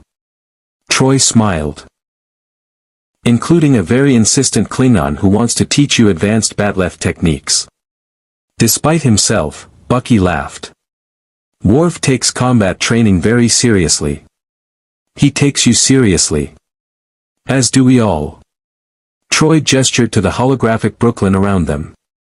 But this, your past, you need to make peace with it before you can truly move forward. So tell me, if you could say anything to that young man from Brooklyn, what would it be? Bucky looked up at the apartment building, at windows where his family had once lived. His mother making dinner. His father reading the newspaper. His sister Rebecca playing with dolls. All of them gone now, dead before he'd even fallen from that train in 1945. He'd never gotten to say goodbye. I'd tell him to hold on, Bucky said quietly. That it's going to get worse than he can imagine. That he's going to lose everything, including himself. But eventually, after decades of darkness, he's going to find people who see him as more than a weapon. Who give him back his choice. His life. He paused. I'd tell him it's worth surviving for. Troi's eyes glistened. Then maybe you should tell yourself that. Not the young man from Brooklyn, but the one standing here now, still afraid he doesn't deserve peace. Do I deserve peace? Everyone does. Even, especially, those who've suffered most. Troi took his human hand in hers. You're not the Winter Soldier anymore, Bucky. You're not HYDRA's asset. You're a man who's been given an extraordinary second chance in a universe that doesn't know your history or your crimes. What you do with that chance is entirely up to you. The holodeck shimmered, and the Brooklyn simulation dissolved. They stood once more in the empty grid, reality stripped to its component parts. Computer, end program, Troi commanded. She looked at Bucky seriously. Captain Picard wants to see you. He has a proposal. Picard's ready room was a sanctuary of books and artifacts, reminders that exploration meant more than mapping stars. It meant understanding cultures, preserving histories, connecting with the fundamental questions of existence. Bucky had been here several times over the past weeks, each conversation peeling back another layer of who he might become. Mr. Barnes, please sit. Picard gestured to the chair across from his desk. I wanted to discuss your future. I've been thinking about that, Bucky admitted. I can't stay on the Enterprise forever. You've got missions, responsibilities. I'm just, extra cargo. You are nothing of the sort. But you're correct that the Enterprise is not a permanent solution. Picard leaned back, his fingers steepled. Which is why I've been in communication with Starfleet Command and several allied organizations. We have options for you. Options? First, Starfleet Academy. With your combat experience and tactical expertise, you could train the next generation of officers. Teach them what you've learned about surviving impossible situations, about maintaining humanity when systems try to strip it away. Bucky considered. I'm not exactly teacher material. You'd be surprised. But there are alternatives. Second option, the Daystrom Institute. They're fascinated by your cybernetic integration and neural modifications. Not to study you as a specimen, but to learn from your experience. You could help develop protocols for treating other victims of forced augmentation or mental conditioning. Turning my trauma into something useful. That's, actually appealing. Or third, Picard pulled up a display showing a small vessel, sleek and well-armed, independent operation. This is a runabout, a small ship capable of sustained warp travel.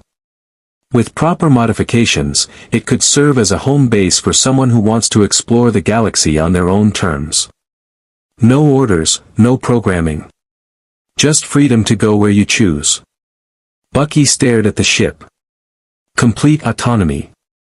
No one telling him what to do, where to go, who to be. It was everything he'd fought for, everything he'd dreamed about during those long decades in cryo-freeze. And it terrified him. I don't know if I'm ready for that, he admitted. 70 years, someone else made every decision.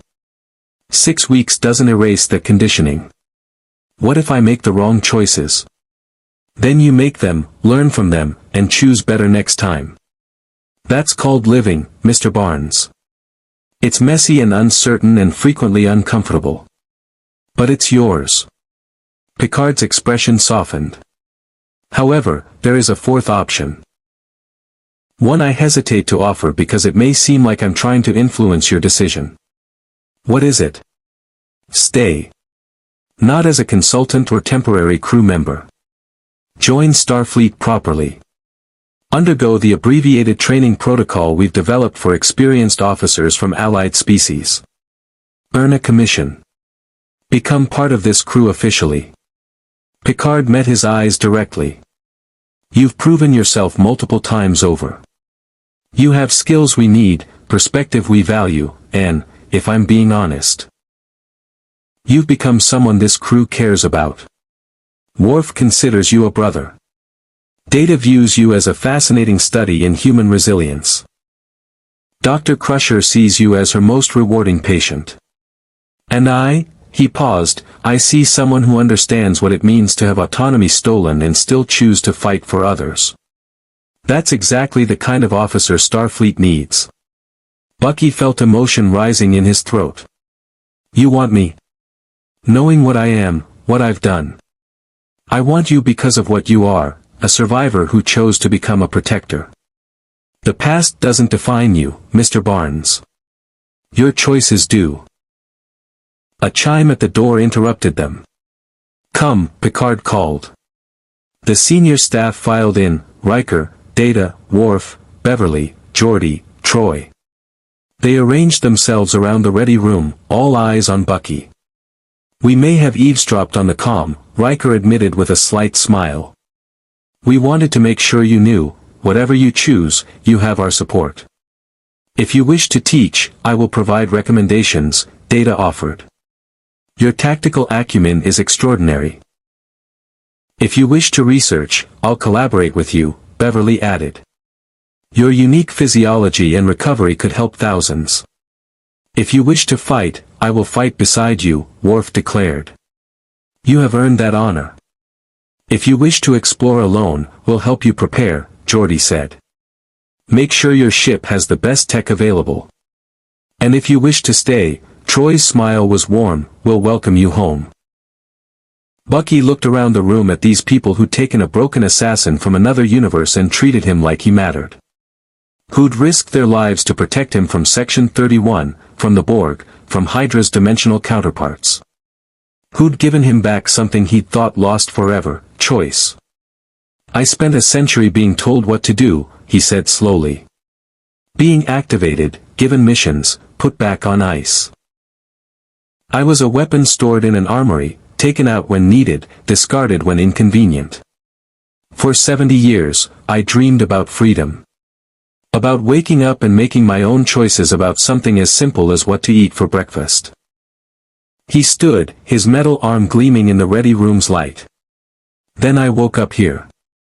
400 years in my future, in a universe that doesn't know the Winter Soldier. Where HYDRA is ancient history. Where people look at me and see potential instead of threat. And you're offering me choices. Real choices. Not manipulation. Not programming. Just, options. What do you choose? Picard asked gently. Bucky smiled, a real smile, the first and longer than he could remember. I choose to stay.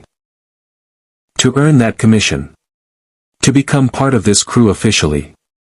Because for the first time in my life, I'm not running from something. I'm running toward it. The room erupted in congratulations. Worf clapped him on the shoulder hard enough to stagger a normal human. Data offered a formal handshake. Beverly pulled him into a hug. Geordi was already planning cybernetic upgrades. Troi's empathic senses radiated pure joy. Picard stood, extending his hand. Welcome to Starfleet, Mr. Barnes. Or should I say, Cadet Barnes. You start training next week. Yes, sir. Bucky shook his hand firmly. Thank you. For everything. Thank you for choosing us. Now, Picard's expression turned slightly mischievous, I believe 10 Forward is preparing a celebration. Something about Guinan insisting on making Brooklyn-style pizza, though I'm uncertain how she acquired the recipe. She probably pulled it from my mind, Bucky laughed. I wouldn't put it past her. They filed out of the ready room toward 10 forward, their conversation flowing easily. Worf described the intensive physical training regimen he'd designed. Data explained the academic requirements. Beverly outlined the medical monitoring protocols. Geordi detailed potential upgrades to the vibranium arm. As they walked through the Enterprise's corridors, crew members they passed nodded respectfully. Word had spread about the dimensional incursion, about the man who'd infiltrated an enemy vessel alone to save the ship. Bucky Barnes wasn't just a consultant anymore. He was one of them. 10 forward was packed with off-duty crew, all gathered to celebrate. Guinan had indeed made pizza, remarkably accurate for someone working from 400-year-old recipes. There was music, laughter, stories being shared. The atmosphere was warm, welcoming, alive. Bucky stood near the viewport, looking out at the stars streaming past as the Enterprise continued its journey. Somewhere out there, his home universe existed. Steve, Sam, Shuri, everyone he'd known. He'd never see them again. Never get to tell Steve he was okay. Never thank Shuri for the arm. Never apologize to everyone he'd hurt. But he had this. A new family, a new purpose, a new life. Not a replacement for what he'd lost, but something different. Something chosen. Penny for your thoughts, Guinan said, appearing beside him with 2 glasses of that Saurian brandy.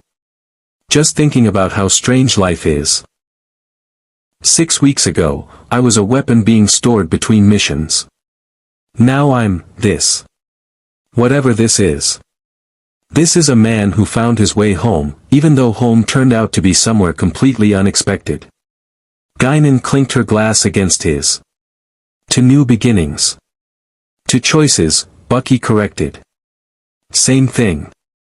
They drank, and Bucky felt the warmth spread through him, not just the brandy, but something deeper. Connection. Belonging. Peace. Behind them, the celebration continued. Worf was teaching crew members Klingon drinking songs. Data was attempting to explain humor to several confused ensigns. Beverly and Troi were laughing at some shared joke. Geordi was sketching technical diagrams on a napkin. And in the center of it all, Captain Picard watched with quiet satisfaction, his crew whole, his ship safe, his newest member finally beginning to heal. Captain, Riker said quietly, moving beside him, you think he'll make it? Through Starfleet training, I mean. It's not exactly easy. He survived HYDRA, the Borg, and dimensional warfare. I think he can handle a few academy courses. Picard smiled. Besides, we don't make it easy because we want people to fail. We make it challenging so they discover what they're truly capable of. Mr. Barnes is about to discover he's capable of far more than being a weapon. He already has, Troi observed, joining them. He chose to stay. For someone who's spent decades being told where to go and what to do, that simple choice represents more healing than years of therapy could provide. Then let's make sure we honor that choice, Picard said. He deserves a home. And this crew has proven quite adept at welcoming the extraordinary. Across the lounge, Bucky felt their attention and looked over. Picard raised his glass in silent salute. Bucky returned the gesture, understanding passing between them. Thank you, Bucky mouthed. Welcome home, Picard mouthed back. The stars continued their endless journey beyond 10 forward's windows. The Enterprise pressed forward into the unknown, its mission unchanged, to explore strange new worlds, to seek out new life and new civilizations, to boldly go where no one had gone before. And now, among its crew, walked a man who'd been born in Brooklyn in 1917, enhanced in 1943, frozen in 1945, and finally freed in 2368. A man who'd been the Winter Soldier, HYDRA's weapon, the thing nightmares were made of. But also a man who chose to be James Buchanan Barnes. Who chose to protect instead of destroy. Who chose to heal instead of hurt. Who chose, finally and irrevocably, to be free. The weapon had become a shield. The asset had become autonomous. The Winter Soldier had thawed. And in the warmth of found family, surrounded by beings from a dozen different worlds, Bucky Barnes allowed himself something he hadn't permitted in 8 decades. He allowed himself to hope. The dimensional rift that pulled Sergeant James Buchanan Barnes from his universe into the 24th century closed without fanfare or explanation. The quantum mechanics involved would perplex Federation scientists for years. Some theorized it was random chance, two realities briefly touching, exchanging a single individual. Others whispered about deeper forces at work, about destinies that transcended dimensional barriers. Q claimed credit, naturally. But even he seemed uncertain whether he'd been architect or observer of this particular cosmic event. What remained clear was that the Winter Soldier's arrival had changed the Enterprise. In the 6 months following his official enrollment in Starfleet's accelerated training program, Cadet Barnes became something the crew hadn't anticipated, a bridge between Federation idealism and hard tactical reality. He taught security personnel techniques that predated the Federation by centuries but remained brutally effective. He worked with Beverly to develop new treatments for psychological conditioning. He collaborated with Data on studies of consciousness, autonomy, and the integration of organic and synthetic components. But more than his skills, he offered something subtler, proof that healing was possible even after unimaginable trauma. That choice could be reclaimed even after decades of having it stolen. That the measure of a person wasn't what had been done to them, but what they chose to become afterward. Starfleet Command officially commissioned him 9 months after his arrival, Lieutenant Junior Grade James Barnes, tactical specialist assigned to the USS Enterprise.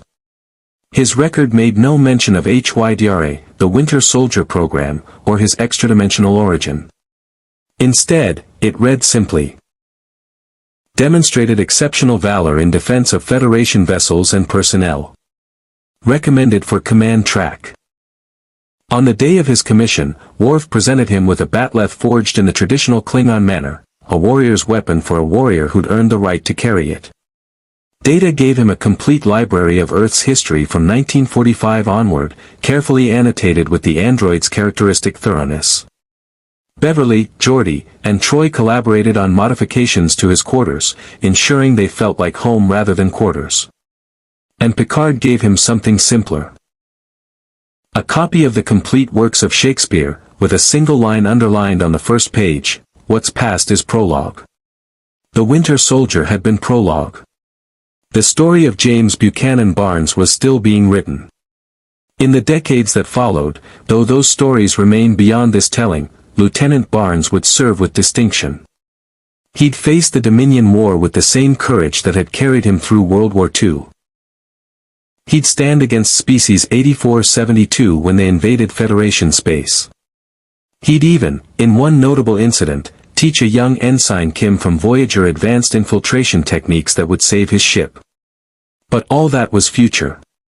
In this moment, as the Enterprise prepared to depart for the Typhon expanse, Bucky stood at his station on the bridge, officially assigned, officially crew, officially home. His metal arm gleamed under the bridge lights, a reminder of what he'd survived. His eyes, clear and focused, tracked tactical displays with enhanced precision.